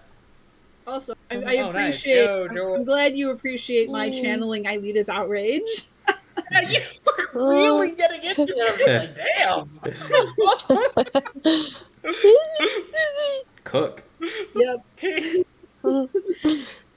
Yeah, so Sissy's like, hey, I'll give you the ticket if you can get Ulrich to go out with me and not Yumi. And Odd's like, okay, bet. And then he walks into the rec room. Yumi and Ulrich are chilling there, and he's like, hey, I got a ticket, no sweat. And they're like, wow, that was quick. And Odd's like, oh yeah, I just need a teeny tiny favor from you, Ulrich. And he's like, yeah, what kind of favor? And then he just kind of side-eyes Yumi sitting right next to him. And he's like, oh, no rush, I'll tell you later. And Aelita walks in, and they're like, oh, hey, yay, princess, you're going to do great tonight. And she's still a little flustered, and they're like, oh, let me guess, Jeremy was being bad at diplomacy. And she's like, yeah. But they're supporting her, she's fine. We cut to her in the dressing room. Ulrich, Odd, and Yumi. Actually, I like the screenshot a lot. I'm just going to post this in the chat.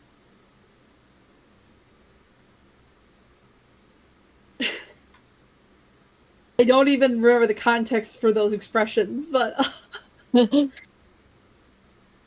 is a fun screenshot. But anyway, yeah, they're there to support her, and she's like, "Oh, where's Jeremy?" And they're like, he got lost in the crowd, but he'll be in the crowd listening to you while you perform. Don't worry about it; he'll be there.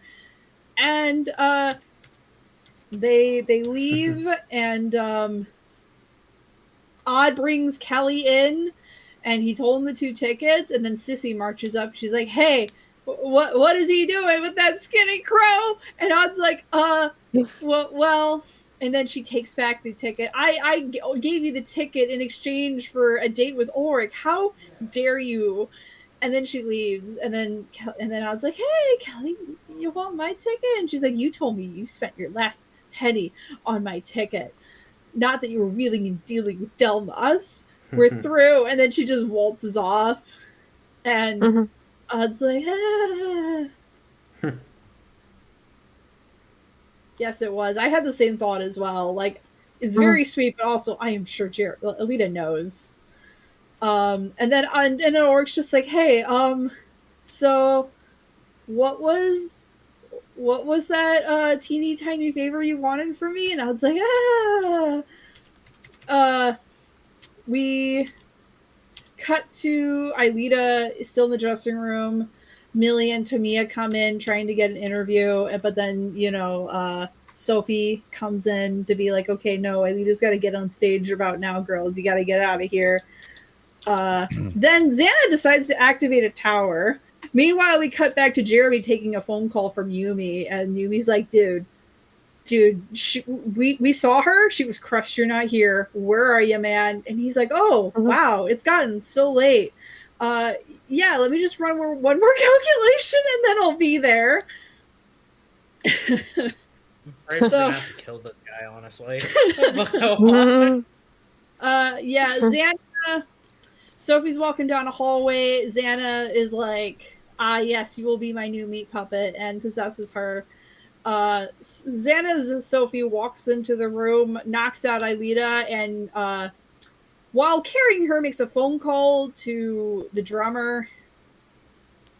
What is his name? Chris? We should know his name. Sorry? Chris? Bruno? Chris! It's Chris. Oh, Chris. Yeah, it's him. Sorry. I was figuring it was one of the others, but then I remembered, oh yeah, it's Chris. But go on. Yeah, Chris. She calls Chris, and she's like, hey, Aelita's not feeling well. She's got a cancer performance. And he's like, oh, man. Hey, guys, Aelita's got to cancel. And they're like, oh, I hope it's nothing too serious. Yeah. They're like, all right, let's rock on. Oh, you're right. Well, that's why Jerry's taking my advice from last episode. Letting the Celts run on their own. Or, instead of letting the Celts run on their own. Yeah.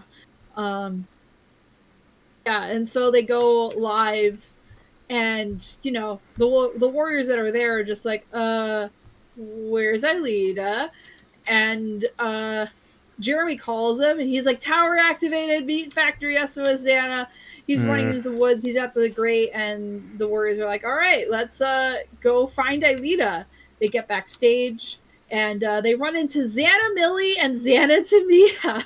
And Oric's like, all right, I'll deal with them, you guys run off. And he prepares to have a long fight with those two. He starts it off by throwing a tarp at them. Ghost!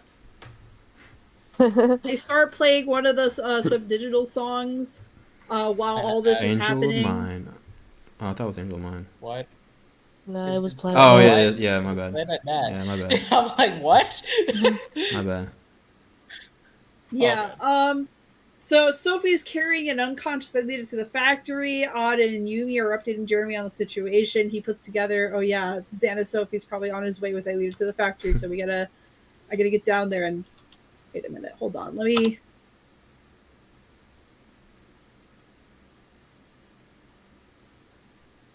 Wait a minute, I forgot about this part. Apparently, Jeremy gets ready to ambush Xana Sophie by standing on top of the elevator, and then when she jumps down, he leaps off of the elevator to tackle her.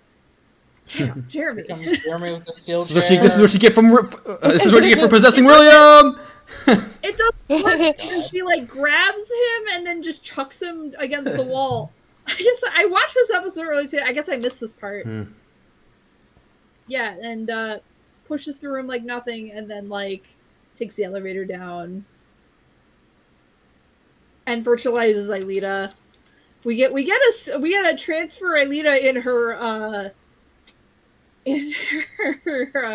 different outfit. Stage outfit? I don't know. She's virtualized into the mountain sector. Monsters are there to greet her.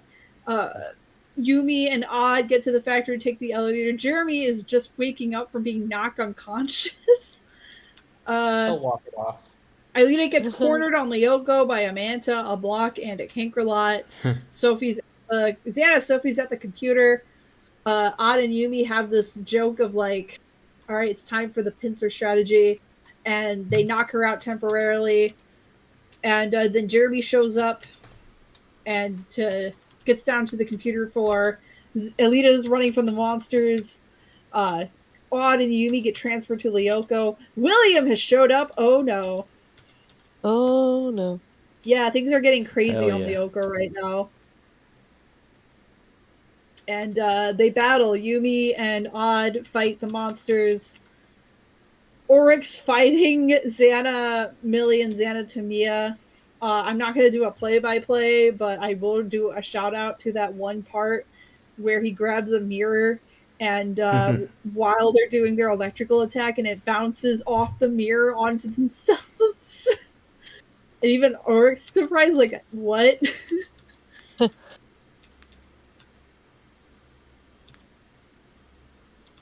Worry about it. But yeah, oh yeah, that's right. Jeremy brought down rope, and I guess he ties up unconscious Xana Sophie up against the wall. Oh. Because like that's how she's tied up. Because she breaks free later. Actually, about now, soon. Because I have this episode pulled up, and now I'm just skimming because I don't want to do a play-by-play of the fights. Oh yeah, there's also one bit where Xana, Amelia, and Tamia shoot lightning. Oric dodges, and it like arcs across the concert stage, and everyone thinks it's part of the concert. Yeah. This is just like rock and roll. And then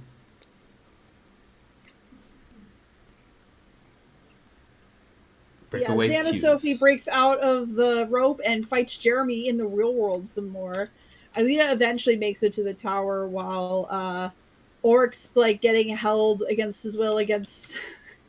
He's like, no, he's sorry. He's like, hanging on like again with the mirror, like defending himself against more electrical attacks. Xana Sophie's electrocuting Jeremy. Then Alita deactivates the tower and does a return to the past. And then in the second timeline, Jeremy does show up to the concert. He's like, yeah, I'm definitely not going to miss the second time. He tells her she's going to do great. And then she goes on stage and she has her big moment and everyone's having a good time and the episode ends. Oh, and I guess this time, the second timeline, Odd just did not make that promise to Kelly. So, saved himself a little bit of social embarrassment. But yeah, that's Music Soothes the Savage Beast. All right. Cam, it's your turn. I hope everyone listened to the summary and listens to all the shares. So, if it might help with rankings, and we don't have to repeat anything. So, yeah, this episode so much more fun than the last episode by like 3 times. This is definitely like top 10, maybe even top 5. I just really don't have a order of that yet. Let's start with Poor Odd. Maybe it's probably my least favorite part of the episode. It doesn't really irk me too much than other bad B plots that we still unfortunately have one more to get to. But and then you have Jared. Okay, there's also, I guess, Jared being a jerk. So another back to back with those. Yeah, I tried. I guess another. It's kind of like that was also paced weird because it's it's in a 23-ish minutes time frame, but I didn't like. I liked it for what it was. It didn't bother me too much. Xana Sophie was cool. Seeing another cameo from her, because besides Sophie, of course, you have like the Subdigital's crew being the. I actually don't remember who the third one was. I know we have 2 of them. Is Nicholas and Benoit? No. Yeah, Nicholas Atlin is one of them. It's the 2 producer brothers, and then I think the third one is Jerome. Is that right? Yeah, man, a sec. Yeah, I don't remember Jerome being the name, but there's only 2 producers, and I'm trying to remember who the third person is. But Wazy will do that while I continue. I'm actually really curious. This is a budget episode. You get to see some of the budget being used in this episode. It's great. I love it. The backgrounds, the whole backstage with Alita, the whole concert stage, the outside of the building as well was really cool. I just love seeing. It's just very rare to get these moments, new scenery.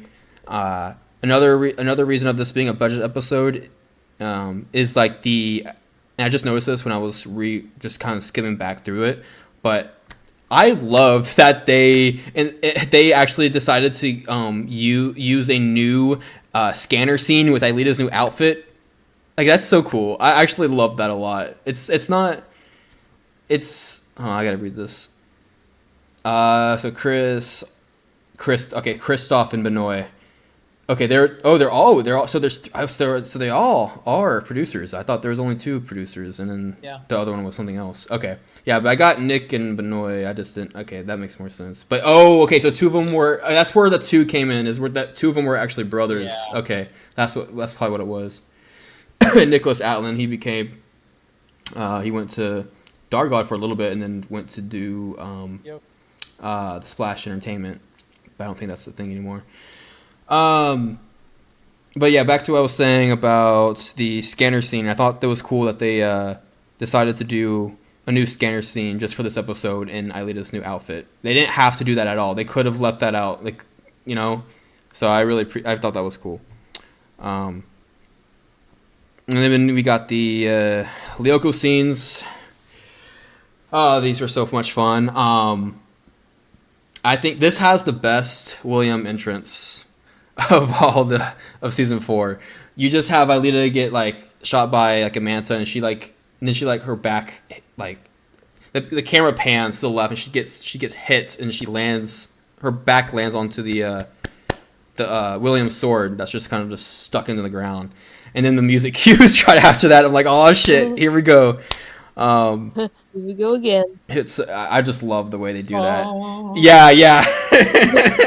It's like, let's go, man. I do wish though that the music was used during the William fights, because it doesn't happen until a little bit after he's defeated.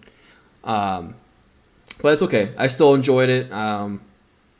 Planet Net as they race to the factory, and then you had Breakaway starts during the Manta fights. I don't know. It just gave me the chills. It's just so cool to hear that. I wish they did it more. It would have been cool if the Angel of Mine was on there though at some point, when it's like an Aelita like focus scene. Maybe that would have been pretty cool. But let's see. I did wish the music did last a little bit longer too on Lyoko scenes, but I know they didn't.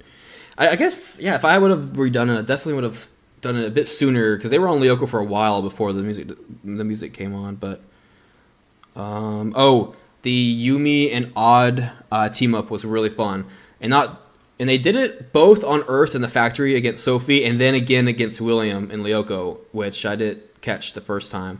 I thought that's a really cool thing that they did throughout the episode. It's kind of a rare moment. I liked it when you get to see, like, I want to see more of that. I think there was something like that way back in the series. I think it might have been Yumi and Odd, actually. I think it was them two again. I think Yumi was using telekinesis, and then Odd was like covered or something like that. It might have been a season 1 episode, actually. It had hornets.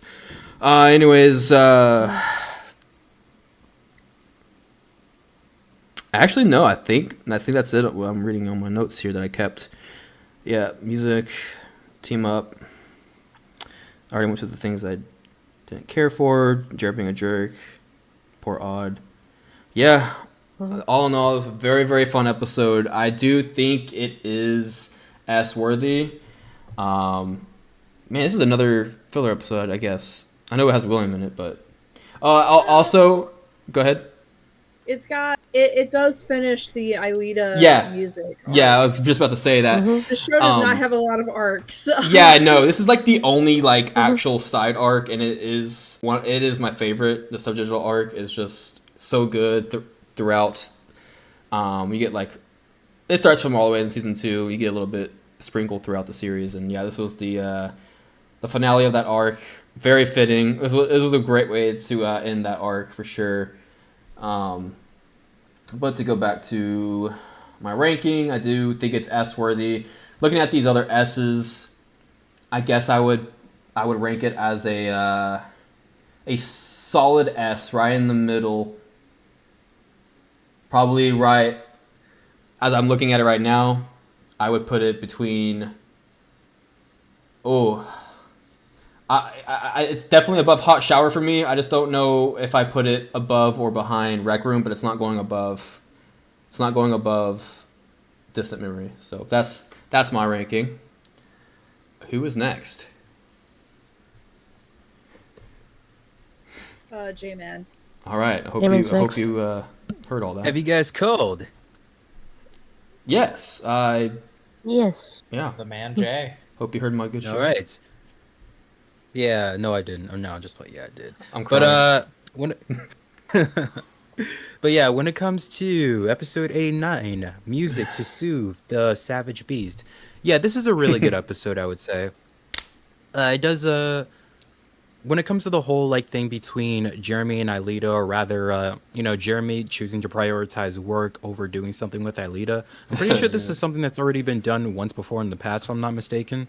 Yeah, I believe Has so. this? Yes, it has. I just can't for the maybe Flower. Yeah, help. yeah. So it's like they're revisiting something that they've already did between those two, which I'm like, I wish they could be a little bit more original here. But I feel like the how they did it in the story I felt was just as strong in my opinion, and it's always good to see Aelita getting more opportunities. Again, as she continues to live in the human world and stuff like that, she's starting to showcase her talents a lot more. She's starting to build, like, let's say, a legacy of her own when it comes to going out, experiencing all these different opportunities, trying out different careers, trying out different hobbies. It's nice to see her expand her horizons like this, and also get recognized by bands like the Subdigitals and stuff like that. And as Sassflower said earlier, it's nice to see that this show actually concluded one of like the sub arcs, or like one of the like the smaller like stories of developments between one of these characters. So Aelita actually performing in the end in these episodes at the concert as part of the opening act, no pun intended, as part of the opening act, I felt was really, really nice. So there is definitely that. And also, yeah, this episode was definitely a lot of fun too. It's like seeing Odd and Yumi team up the way they did, both in the factory and on the Lyoko scenes, which by the way were a lot of fun to watch. I felt was really, really awesome. But you can also tell that this episode was trying so hard to maybe advertise the, I guess at the time, upcoming Code Lyoko soundtrack with the vocals and stuff like that. Maybe. Yeah, that makes like sense. I wouldn't be No, surprised. He's right. He's right. It was a advertisement for Code Lyoko Oh. featuring the Subdigitals. Oh, so you have confirmation. Mhm. Yeah. I Yeah, need to No, find it. like anyone with eyes can see that it's an advertisement for Code Lyoko featuring the Subdigitals. I don't know. I never honestly thought of that, to be completely honest. And just thought it being so late in the season too, I Like, wouldn't it's have. good. It's a good episode, but it absolutely is an advertisement. But It absolutely yeah. is, and that's not a bad thing. That's No, it's definitely not. a I bad just don't thing ever think because about when it comes to Planet Net, the song, I love it, and I still love it nowadays. It's such a good tune. Because I remember playing Code Lyoko Quest for Infinity back in the day, and if you and I did the cheat code on the Wii where you could pretty much unlock everything. You know, as you guys know, it's like if you get like all the different achievements, you complete the game, stuff like that, you can unlock the full like music video to Planet Net. And I really, really do love the song, man. It's such a feel good song that could be kind of hype too, man. So there's definitely that. And also they introduced I guess like well, we've been having Breakaway in the ending credits for a while now, but to have it introduced officially by the actual band within the episode itself, I think that's pretty cool. So yeah, dude, it's like I'm glad we got to hear like two really, really good songs from the Code Lyoko vocals soundtrack in this episode.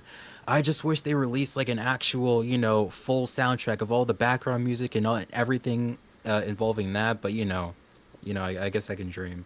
But no, when it comes to the rest of this episode, it's not that much to say. It really is good, and I'm glad that Aelita and Jeremy, they came together. They definitely like understood each other.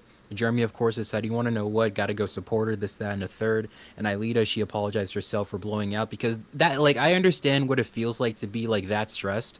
Because like I also like a lot of the times do struggle with stage fright, and I did have to do a lot of either presentations or I had to like perform like on stage like that before because I did do theater in junior high, so I definitely understood what it felt to be stressed in that moment and stuff like that. And when you're trying to like confide in someone and someone's not paying attention, of course, it's very understandable to blow out like that, to completely blow up, because like you're trying to confide in someone because you have a lot of the stress like built inside of your body, this, that, and the third. So I think the storytelling they did with Aelita and Jeremy was impactful in this episode. I really did enjoy that.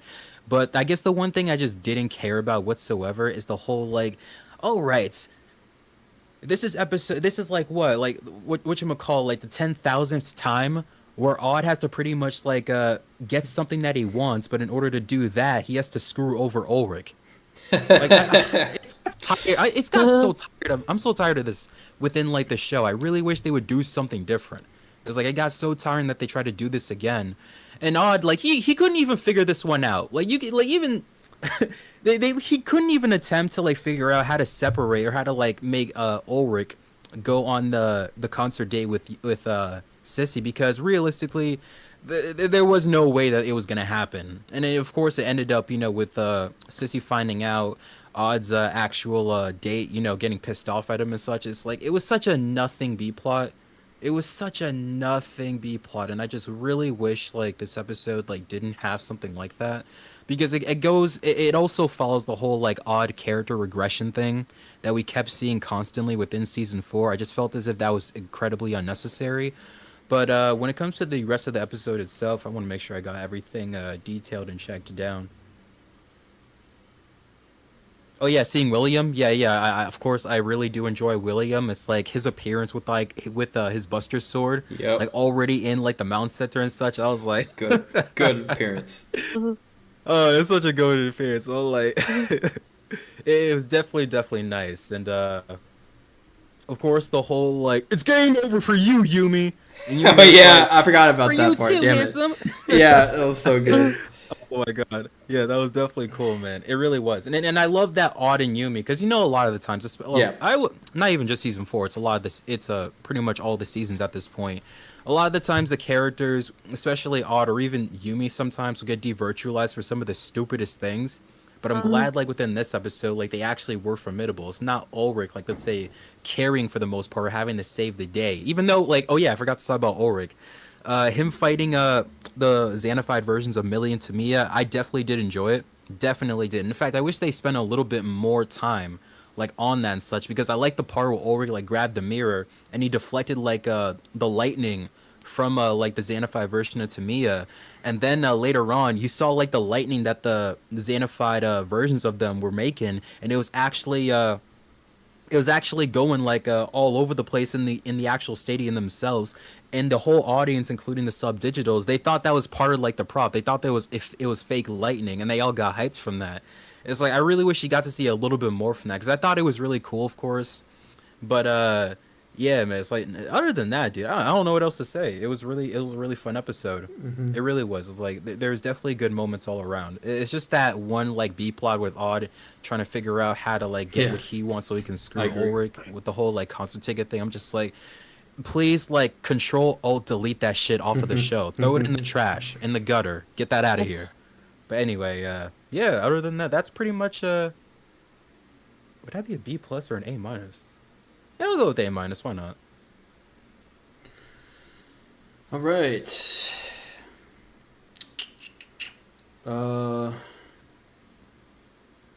Sorry. It is Colton's turn. All right. Music to Soothe the Savage Beast. This episode is probably one of my favorite episodes in the entire show. And I never really watched it growing up. I think I watched it much later on, and I really enjoyed it. Like off the bat.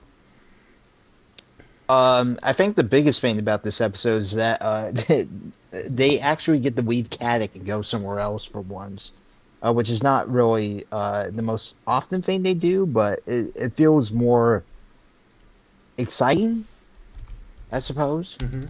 But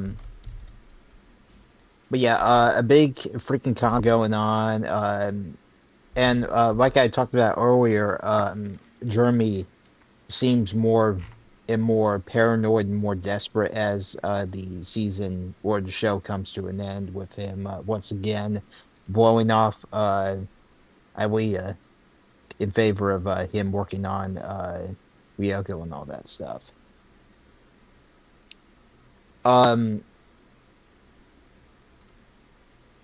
I think I know that the concert was teased in previous episodes, so for them to finally pull the trigger on it and do it, I think was a great thing to see. Hmm. Um,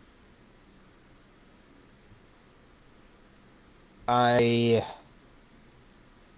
I think I think the Xana attack. Obviously, I talked about earlier when Xana is possessing more and more people. Well, once again, he does that in this episode with the manager, whose name escapes me. Sophie, yeah, that's right. I need to remember that. There you. Um, I think one of the best things about this episode is that once everyone gets Xanified and everything starts ramping up, you have the subdigitals come in, like music from the actual album. I thought it was a really nice touch because I never knew that some of these subdigital songs from the album made it into the actual show. Besides Breakaway at the end, but that's more instrumental and more shortened version. Um, I think Planet Net is done this episode, so I think. Yeah, yeah. Okay, As they so go that's to the factory. great. Yeah, because as a kid, I watched the Planet Net music video on the Cartoon Network website. But I never knew the song made it in the actual show, so that was surprising to hear for the first time. The stuff on Lyoko, again, I'll just gloss over that. You sure? What? You want to gloss over? It seems like, I mean, I haven't watched this episode on the watch. Even if I did watch the episodes, I guarantee I wouldn't have much to talk about.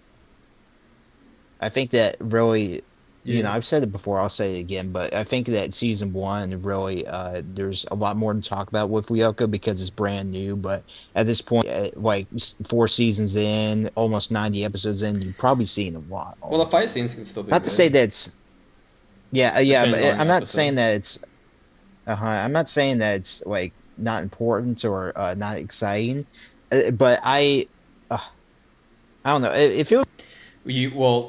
Did you? I don't know if you heard, but like, I'll just if it's gonna refresh your memory, the Williams It appearance. probably won't. Williams appearance starts with Alita hitting her back on against his sword. That's like I'm how sorry, what?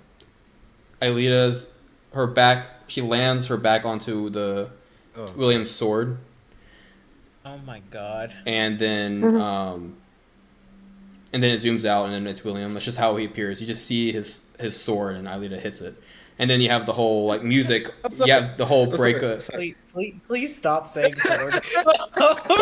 What?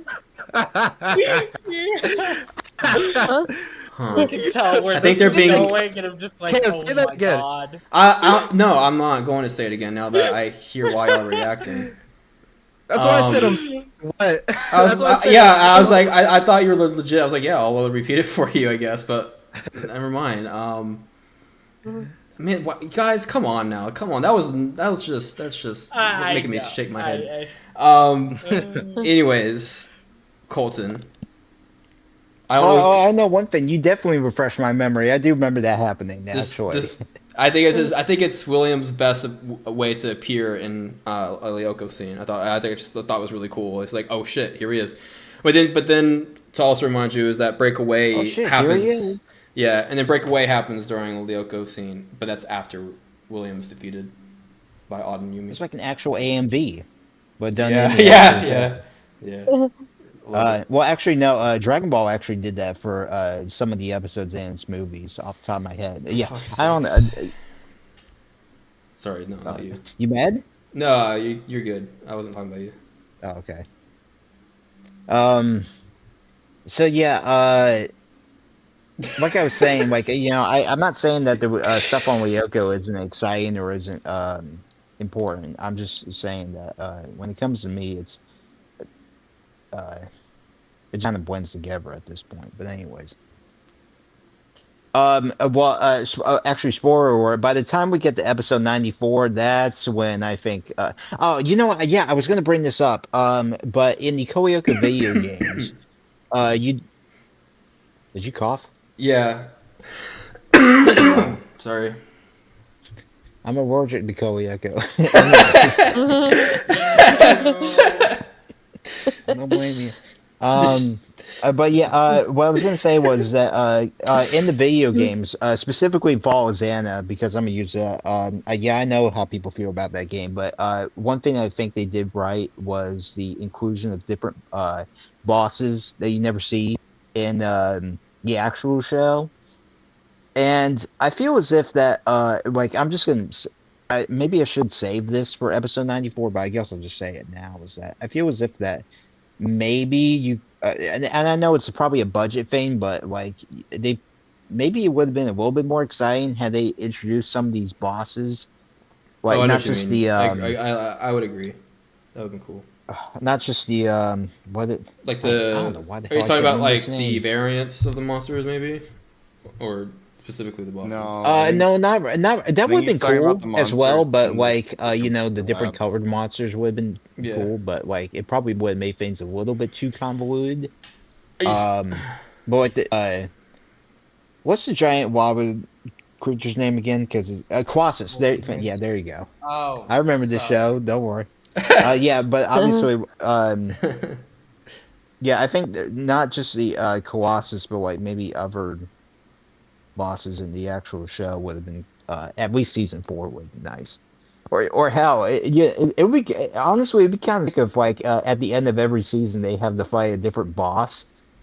That would be kind of fun. But Yeah. anyway, but I'm just talking out of my head now. You know, No, if I only can- the show had a bigger budget, then you know maybe we would have gotten all that. But anyway, anyways, but yeah, I don't really have much to say about this episode, but it is still one of my favorites in the entire show. And obviously, you know, Jeremy realizes, damn, I screwed up, and goes to sees Ilea at the concert. Ulrich at one point mentions Odd's harem. Oh yeah, how did we forget that, dude? That was so crazy. That was crazy. Mentioned it during the recap. Oh, I didn't hear that part. Mhm. I did not hear that part. Yeah, that's fucking crazy for a kid show. But anyways, I know. This It has was very interesting implications for Dude. his poor Odd. how what he's learning about Japanese culture. Oh Mhm. my god. No, you're I looking think He's it's a amazing. weeb. into it. It's just a teenager No, what? No, making no. a joke That about never mind. a teenager. But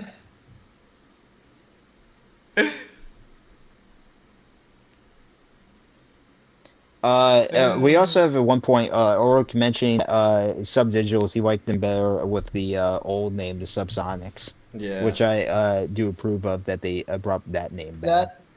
I like the reference, but I don't agree that's with not this episode. It isn't? That's not this episode. That's in no. That line is in what's it? Opening act. it.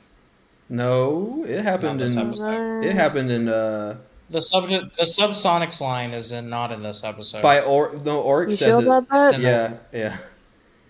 Oryx says it though in I'm Music to Soothe because I just watched pretty it. sure that's in opening act. And there might be someone 'Cause I mentioning also it just in watched opening it. acts, but I reacted to that earlier today. So I mean, I also watched the episode. I don't recall him saying that. in yeah, opening act. I'm just saying I thought I commented on it when he did say it when we watched it It earlier. was that line is an opening act. That there isn't a line like that in Music to Suit the Savage Beast. Okay. Positive. Okay, well, Koyoko It could be FR both. fucking liars. It could be okay. You go find. We can find that later. we can find it for both. But who? Then you could have a Colton? public apology. Sorry, I don't know why that's so funny. Sorry. Yeah. Colton, please. He's gonna have to go on his YouTube channel and make an apology video about it. As This always, is not that funny, but Waze was right. I should have known. I shouldn't have. what? Oh. As always, Waze is right. No. But you have to do it with a green screen. You have to have A like green screen? planets and stars in the background. Going on. Pull up the Colton, ukulele. dude. This guy. Fucking adding solar system Oh in my the god, background. ukulele. Uh, I think at one point, someone mentions Aerosmith, but it's actually Aerosmooth. yep, that was. Yes. Yeah, Which I also brought was that also up during the recap. Right. Yeah. Okay. Well, I have a question. Why the hell are they trying to avoid copyright with that? But I they mean- name drop like Bruce Willis and other people like that, but they can't Don't name worry about it. Aerosmith. I Copyright's think it's wild. funnier when they say arrow smooth instead of It is arrow funny. smooth. It is Yeah. funny. It is funny. Yeah. I like to see the It's ways that they funny. come up with the copyrighted names. I think it's fun. It'd be really funny if they kept doing it. Like I don't. Wait, it's like GTA with Sprite and Sprunk Yeah. or something like that. But yeah, overall, this episode is, I think, one of the best episodes in the entire show. And like I said earlier, is that this was start. Damn you, Cartoon Network! I freaking don't like you when you screw up shows like this. Why the hell they have the? They couldn't even let the Koiko finish. They had to end it right as soon as the season really started jumping off. I know. And that is really stupid. It's a shame. Indeed. But yeah, this episode gets an S for subdigitals. Oh, Subsonic why did I not think of control. that? Damn. Ooh. I'm ashamed of myself. Or Savage Beast, or Soothe. Yeah, there you go.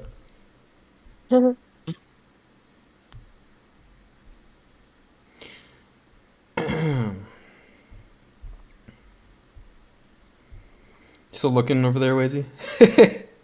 What? No. Oh, you're not? Was Oh, I okay. supposed to look Oh, on no, the line? no. I thought you said you were. I thought What's the I heard you line? say you No, were. So no. my bad. I was not. No, you're good. Chad is Sorry. next. Yeah, Kat, you are next. Oh, I'm next. Alright, Yep. I'm next. Okay. Alright, I mentioned the stuff that's like everyone else is probably already ended up saying. But so I talked about like in my notes about the music parts. I said that it was really nice hearing the subtitles music in the episode, and that I wish there was like more music, and this was like the only time we get to hear more music besides Breakaway. And then I mentioned that and Colton said this before I could say it, but yeah, it did give off a lot of AMV vibes. The when they played like the extended version of Breakaway, and I did add here that it does kind of make me wish that William wasn't defeated so easily before they played the song, because I could see this as like a battle song between him and the Lyoko Warriors.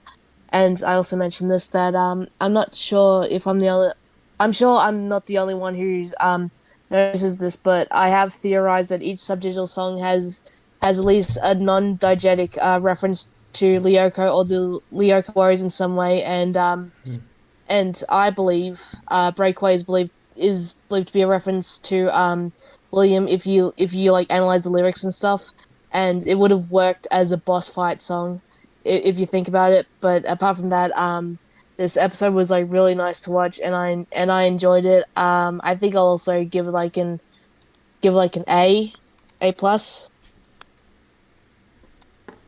All right. I like that theory you had there. It's pretty cool. Also, the Breakaway, one of the biggest lyrics is the sensible, it's just not sensible line, because William also says that. Yeah. In his You stole first that from the appearance. Subsonic. What? You stole that from the Subsonics, but yeah. Yeah. Yeah. Well, I don't think it was applied that William got it from there, but I just thought it was kind of. No, Yumi literally says after that you stole that from the Subsonics. Oh, really? Like, that's in the episode. Yes, that's in the episode. Oh, damn. I don't remember that either. Yes. Shite. It's in, what's it, fucking, I really New Order. think Yeah, I they know wrote they that wrote that. line in that episode before they actually wrote the song. Maybe. And when they Probably. had to write the song, they had to include Yeah, that lyric. exactly. Yeah, that's funny. Yeah. That's funny. Mhm. Probably. Because like the line being sensible is just not so sensible. It is a little kind of shoehorned in, but I mean I Yeah. appreciate the continuity not. For real. But it's my Yeah, turn. Sebastian did all this in a hotel room, so therefore, Yeah, that's right. I know. Yeah. What a guy. But we also remember it was translated too, right? Because Yeah. Yeah, French it was had to get translated. it was weird to record him. I remember him saying.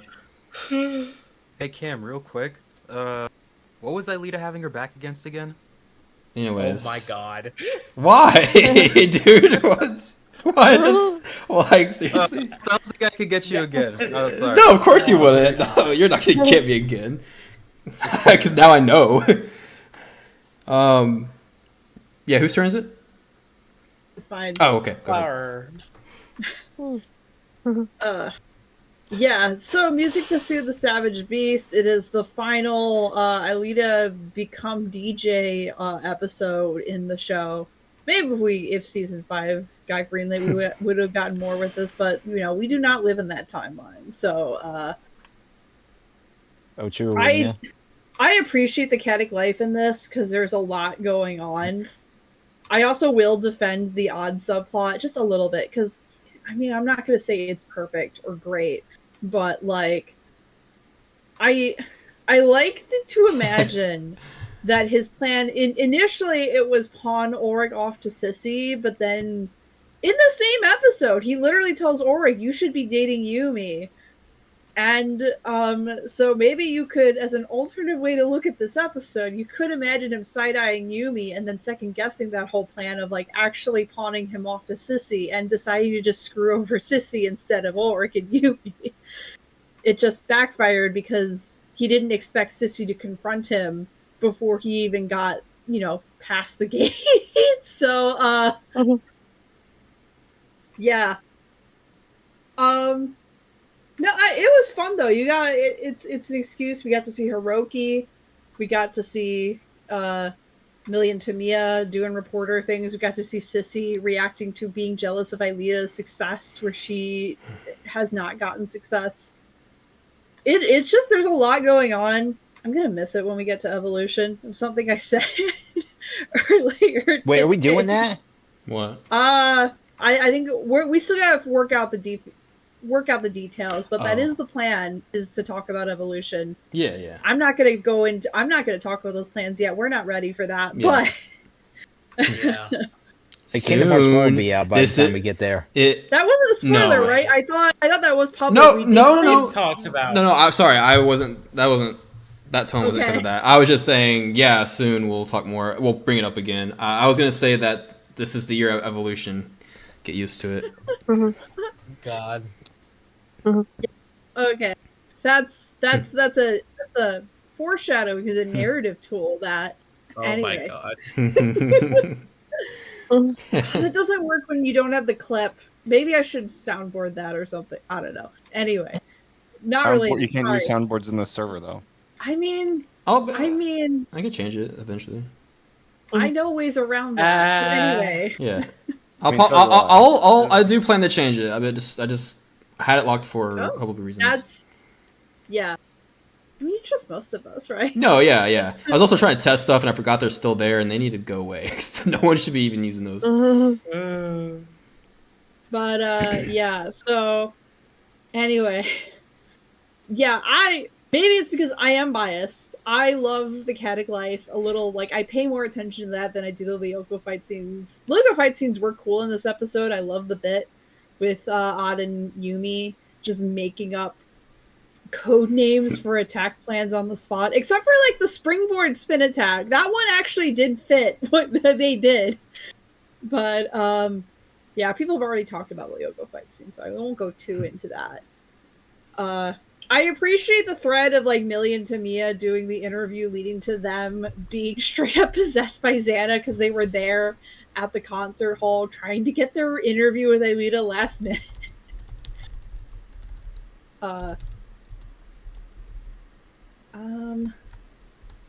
Dana never passes up on an opportunity for free real estate.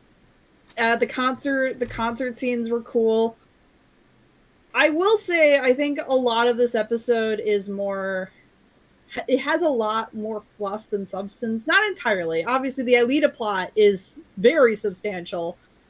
Definitely. Probably like the bulk of this episode's meat is that, and it's great. We see her. Because not only is a lot of this episode her dealing with the fact that she's going to be up on stage, but also people reacting to that. Sissy being jealous, Jeremy being like, oh yeah, another point I was going to bring up, because I know everyone's like, Jeremy, why you got to do this to her again? But I will point out, back in like opening act, or maybe it was it was opening act, where no, it was final mix. Back in final mix, where no, I think both actually. The one where she wants to mess around with music, and the other one where she actually wants to audition. He's just like, you want to do music stuff? That's a waste of time. How dare you? And in this episode, he's like, oh, I'm happy for you. I hope you do well. You're gonna have your friends supporting you. That's great. I hope you're excited. That is an improvement. I want to acknowledge, we got to acknowledge progress. It's no longer dunking her interests. Yes, it's still very bad that he's just like not registering that she wants him to be there. Jeremy sweeping. But yeah, and I think in this, he has come to understand this is important to her. This is something she's not going to give up, and it makes her happy. And you know what? He has come to terms that she should do what makes her happy. But he still hasn't gotten to the point of like, she wants him to be there to support her, not just be okay with her doing this, but to actively show up. He does learn his lesson. Time will tell if it'll stick, but it is also just very sweet. I also just love the composition of the shot composition of her friends in the mirror, in like the vanity mirror. That's fun. And then you see it again with Jeremy. There's actually a lot of mirrors in this episode, because you also have that silly like electric divert. Okay, it's not as insane as that one clip of you've probably seen floating around with Totally Spies, where like they get the laser bouncing between two mirrors and then they move the mirrors so they're both shooting lasers. But oh, maybe boss. I hope so. Better than him getting jealous at her getting a present on Valentine's Day. I mean, granted, that was from Xana, and it was actually really bad, but anyway, trying to think if there's anything. I said my bits that I wanted to defend this episode with. Yes, the Aelita plot is really cool, but I think I'm gonna rank this. I'm still ranking it an A+. As fun as this episode is, as cool as some of the shots are, the action, the concert, it's got a lot of great moments, but at the end of the day, I don't think this is quite peak Code Lyoko. It's close, but and I like this episode a lot, but I don't think it's S rank, so I'm sorry. I'm moving it to A+. It's okay. Just sleep with one eye. You One made eye the open. correct decision. I think it's Waisy's turn now. Yeah, I hope you put your words together better than I did. I feel like I just rambled around. Sorry. That happens. I feel like that too. Yeah, it's okay. There are two things I want to open this this episode just talking about it with. For one, this episode is the one that gave me the headcanon that whenever Jeremy messes up with Aelita, he has a deal cut with Xana that like, I need an attack. I need to return. I need to fix this. And then like, the two have an understanding with each other because of that. Also, I have a very specific memory tied to this specific episode that, as we were talking about, I haven't thought about this in such a long time, but as we were talking about it, I remembered. What's it? There was a time where I was over at a friend's house, and what's it? I was staying a couple. This was way back in the day, like in middle school. I was staying over a couple days at a friend's house, and this was also when I had the DVDs. Like I had just gotten them, and we were watching a lot of Code Lyoko together. And my friend's dad, he ended up watching this episode with us together.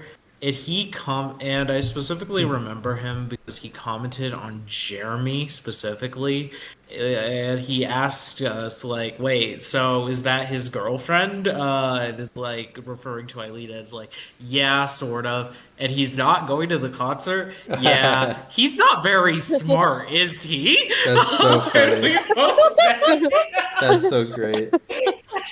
I'll never forget that moment. yeah, no. I've thought about it in so long. Now that we're talking about Never heard that story before, actually. Yeah, no. Hey, hold on now. Jeremy has an IQ of 3 fucking million, and Jeremy Belpois When it has comes to more, science, has, you- he cannot waste time on women and objects and all this other Exactly. bullshit. This dude has to Exactly. save the His- world from a his fucking artificial goals. intelligence that's trying His to goals. dispose of humanity and the entire planet Earth and all of its resources and all that other bullshit. Hold on. Damn, bro. God. You see, now I have to Breathe. drag this up. Quickly. God damn. Come on. Oh well. Okay, I can't find the gif I'm looking for. That's fine, but no, his goals are beyond understanding. But yeah, anyway, yeah, no, I just had to share 2 stories in regards to the episode because I just think they're fun. But in regards to the episode itself, what's it? Music to Soothe the Savage Beast is just such a fun episode of Code Lyoko. I mean, you have a lot of fun banter between the characters. What's it? You have Aelita, the show, and like just the buildup of her arc, of the music arc throughout season 4, as well as just her general like, just in general, her like it this arc just feels very earned. The idea of like Aelita just really trying to find something that is like finding something that is her own, being able to being able to own that and thrive in that, like being the headliner at a concert is awesome. It's so good for her. It makes me so happy for Aelita. I love it a lot. It's just being human, and I think that's really, really good for her. And like it's a culmination of so many things of just her having come to Earth, her doing this whole music thing from all the way in season 2 with Final Mix, like in episodes like what's it?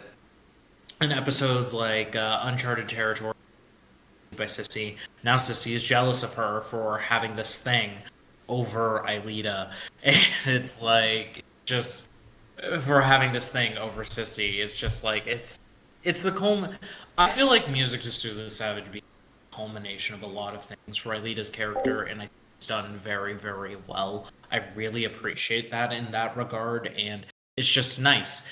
Jeremy is a dumbass in this episode, like an absolute fucking Neanderthal. But it is also very much in character for him. Like my friend's dad said back in 2012, yeah, he's not very smart. But what's he's not very smart, but it works for him. It works for the general conflict. Jeremy getting a little Jeremy, you can argue that Jeremy is like extraordinarily dense here, and he is, but I don't know. I think with the desperation of the fight against this point and him just being in this position where he is right now, I think that I don't know. I feel like that this is a little more viable. He's an idiot. He's dense, but I like it for this episode. I think it works. I also actually like the odd subplot. What's it? I think that there are odd plots where it comes with him dealing with, I think, have their ranges. There are the greats and there are the trash. And I feel like in regards to this episode, I think that what he has going to see here at the very least pretty funny and decently in character. It's not the worst of Odd in season 4. It gets a chuckle out of me. Um Skinny Crow is still fucking crazy. And but it is extraordinarily funny, and I love it for that. It's like the most like it's one of the most like just petty and weird insults that Sissy has ever given to Yumi, but it is really, really funny, and it's like as much as you can get away in a Y7 show. That it is so fucking funny. Um, Odd and Yumi also have, as many have talked about, Odd and Yumi also have an excellent dynamic in this episode. It's fun. The is that English joke is that English joke with the with their little tactical moves and strategies both on and off Lyoko is so much fun to see, and I wish we got to see. It is such a unique take on the Odd and Yumi that we don't see really in any other episode, and it's really neat. It's something I wish that they did more because it's a little out of the blue, it's a little random, but I kind of love it. It's a nice way to look at the two, and they work really well together. What's it? Oh my god. Of course, there's the action. William is consistently aura farming in this episode, appearing from appearing from just out of nowhere. Appearing Yeah, from but out Xander of William is nowhere. aura farming in every episode. I mean, yes, he is, but like in this episode in particular, he's really going at it. He's getting the jump on everybody, and you love it. Everybody talks about the sword bit, which no, that part was excellent. It was just really, really good. But also, when he rises up on the Odd and Yumi later in the episode is really, really good. Another piece of characterization that I feel like no one appreciates, but I do. I talked about this back in, I believe it was Dog Day Afternoon, but I really like this sort of. I really like this sort of characterization for Rocky. Him just being a dealer is really funny. Him just being a dealer really, really funny. And I could get like twice this price from other students. Odd. Exactly. And it's like him having these connections. It's like, yeah, Hiroki as a kid is like he's growing up. He's making moves. Like, get on his level, kiddo. You know. And I really like this characterization for Hiroki. Him just being kind of smart and sassy. I think episodes like this for this character are a lot of fun, and I appreciate this. Of course, there's the arrow smooth joke. Millie and Tamia are also very funny here, and more shenanigans with the Catechnews is. Flower is very right. The Earth stuff in this episode is just top notch. It's phenomenal. It's great. Sophie also makes for both Sophie and Millie and Tamia make for a more fun possessee in this episode. They're both greatly appreciated and a lot of fun.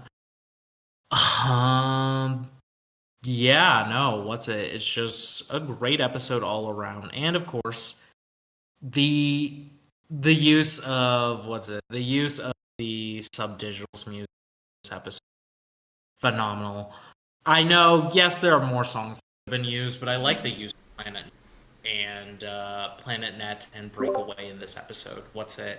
Honestly, one of the scenes that I first think of when it comes to code is the ending of this episode with Breakaway playing in the background, Odd coming up on the man, firing for Aelita, and the way Aelita laughs as they're just flying off to the tower. It's feel good. It's nice. It's wonderful. It is, in my opinion, at least in terms of like just fluff moments, this is honestly among the cream of the crop. It's wonderful. It's sweet. It's one of those episodes that, as many of you know, who have watched these streams and have watched like me and everybody here talk about Lyoko, you'll you'll know that I have very mixed opinions on the organization. Hold on.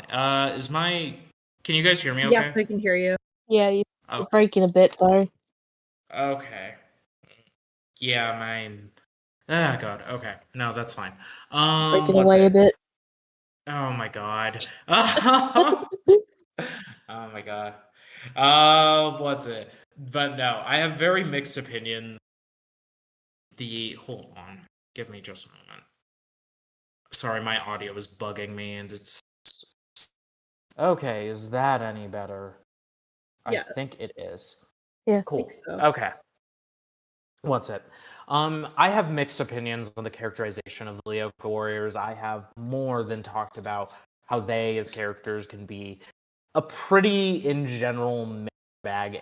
They're not always perfect. They're a lot of, but at least in regards to this episode and that scene in particular, I honestly really, really like them, and it's just one of those things that remind me of just the bond and the friendship that these characters have with each other. It's very simple, but Aelita laughing and flying off to the tower while Odd with a cheesy line of "eyes from the sky, guys," and killing the monster while Breakaway plays in the background is just, I don't know. To me, those are the sort of things I love from Code Lyoko and I love from their friendship. It's simple, but it's one of those things that just kind of shows that, like, I guess in my head, just kind of how close they are to each other. It's very, it's just a very good scene. It's very nice. And it's like, there are a lot of scenes like that in this episode. It's music to soothe the savage beast. It has its issues. It's not perfect. One can argue, even though I'm largely okay with the characterization of characters like Jeremy and Odd in this episode, I will concede that they're not perfect. But overall, Music to Soothe the Savage Beast just delivers an excellent package, and in spite of its issues, I cannot help but give it an S rank. It is an excellent episode. So, yeah.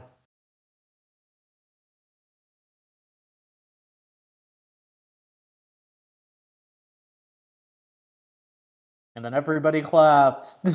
Yeah, I feel bad because you basically echoed a lot of my sentiments, but better than I did. I'm so sticking with I my do A my plus, best. though. That's fair.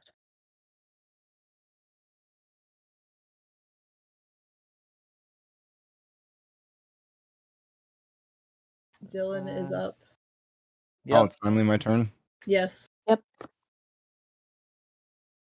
You know, I really thought about giving this episode an S, but after just hearing all of you talk and having a gun pointed at my head by Bookbird, you know, Jeremy just being the absolute worst in this episode really, really makes me compelled to give it a D, you know? Because Jeremy is the worst. And this episode squarely points that out. So, Right, I'm just gonna disconnect him from the call and. nah, this episode's us. You guys have kind I of thought you covered said everything. ass. I was like, damn. All right, You know, actually, and I'm quite, you know, I'm gonna be honest. I'm very happy for Sophie in this episode. She gets to team up with her favorite character, and Now go on. so I'm using my mod powers. do it. so you gotta be pretty happy for Sophie, self-insert character. You know, getting to work side by side with Dana William. Yeah, I know. S rank. All right. Hey, I wasn't for sure. Like, I was like, I had a feeling that Wazy's would be S. I wasn't 100% sure, but I was like, I think it's gonna be an S. So, Looks like it leans low S. That's surprising. Let's see here. How many total? I'm just curious.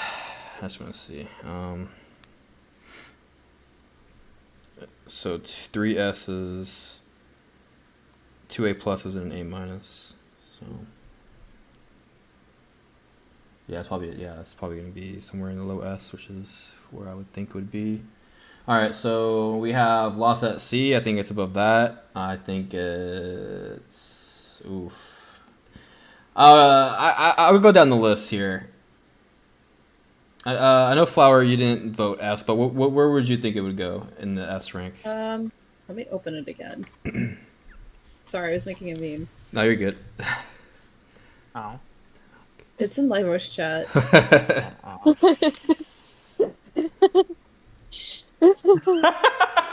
Look, guys, I was simply doing what I was obligated to by the barrel against my skull.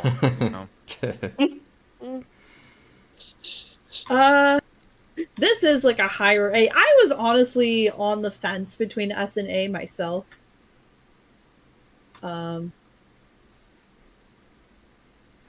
Wait. Okay, I didn't just disconnect it. It suddenly No, you're went good. quiet. I was like, wait. Okay.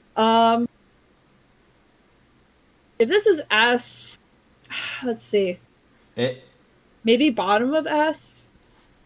Okay. Well, let's see. Lost at Sea better than Music to Soothe the Savage Beast. Oh yes.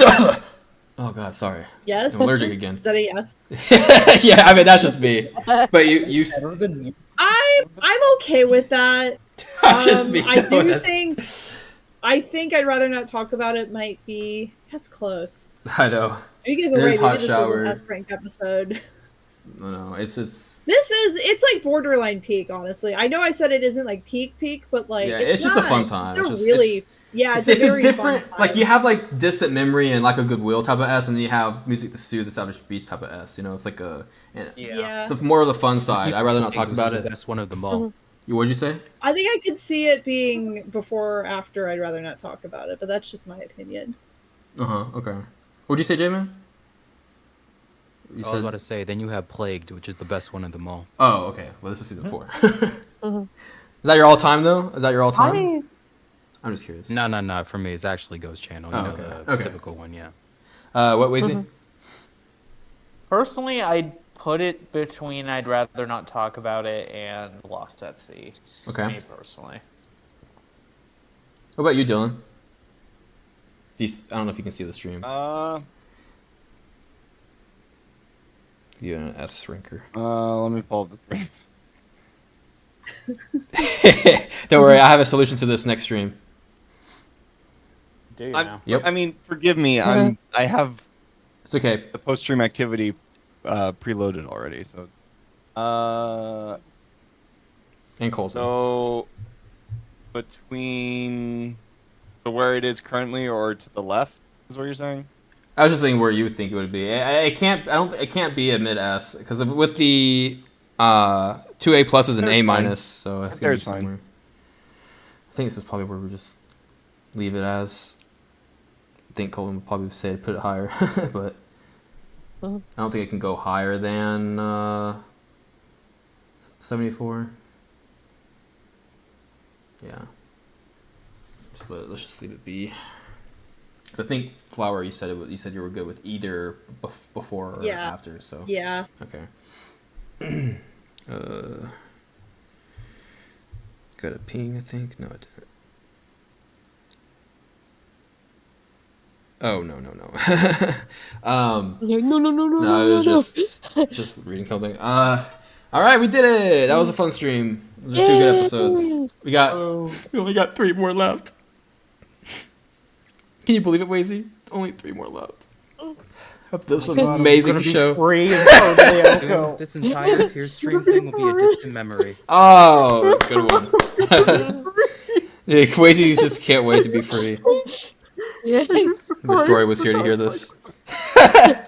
he's in Cam's basement. Yeah, Cam has me chained Oh. up. He holds me a gunfight for every single episode. You better rank it. Just like, please. more. Do it. Rank it.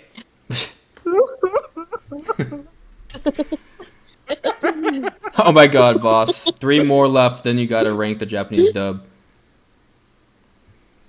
What? Oh my god. Yeah, we're going on to Evolution, which is apparently, according to Wazy, cinema. It's peak content. Exactly. Well, Because well, Totally. B, there's a difference between liking Evolution and being an Evolution defender. Yes. yes, there is. No. But again, for the meme, Code Yeah. Lyoko, garbage. Evolution, peak. Yeah. Cinema. The greatest piece of media that we have ever seen. Code Lyoko Evolution is the show among shows. It is on another level, and like,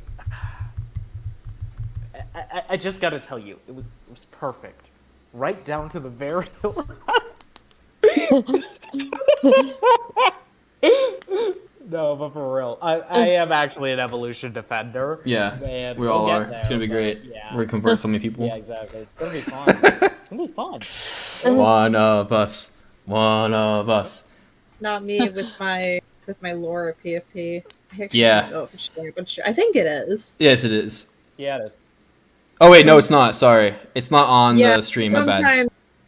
Yeah, sometimes you use like Oh. the Discord plugin and some or the stream plugin for Discord icons, and sometimes you screen record Discord. Yeah. That plugin does not pick I up wish. server PFPs. Yeah, they really they really We gotta have a update the. nickname.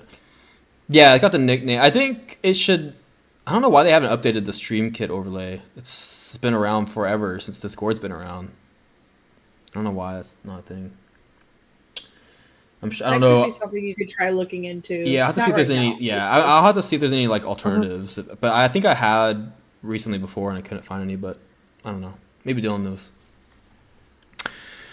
All right, that is the end of the stream, everybody. I'm pretty sure Jory on a stream a long time ago said I'd make it an excellent used car salesman. It does ring a bell. Yeah, no. I know he said that to me. I think it was on a stream. But yeah. What are you doing, Dylan? Well, I ain't gonna join that until I end the stream, but. All right, boss. I mean, I'm Adam. starting for Movie. at least Huh? a little bit.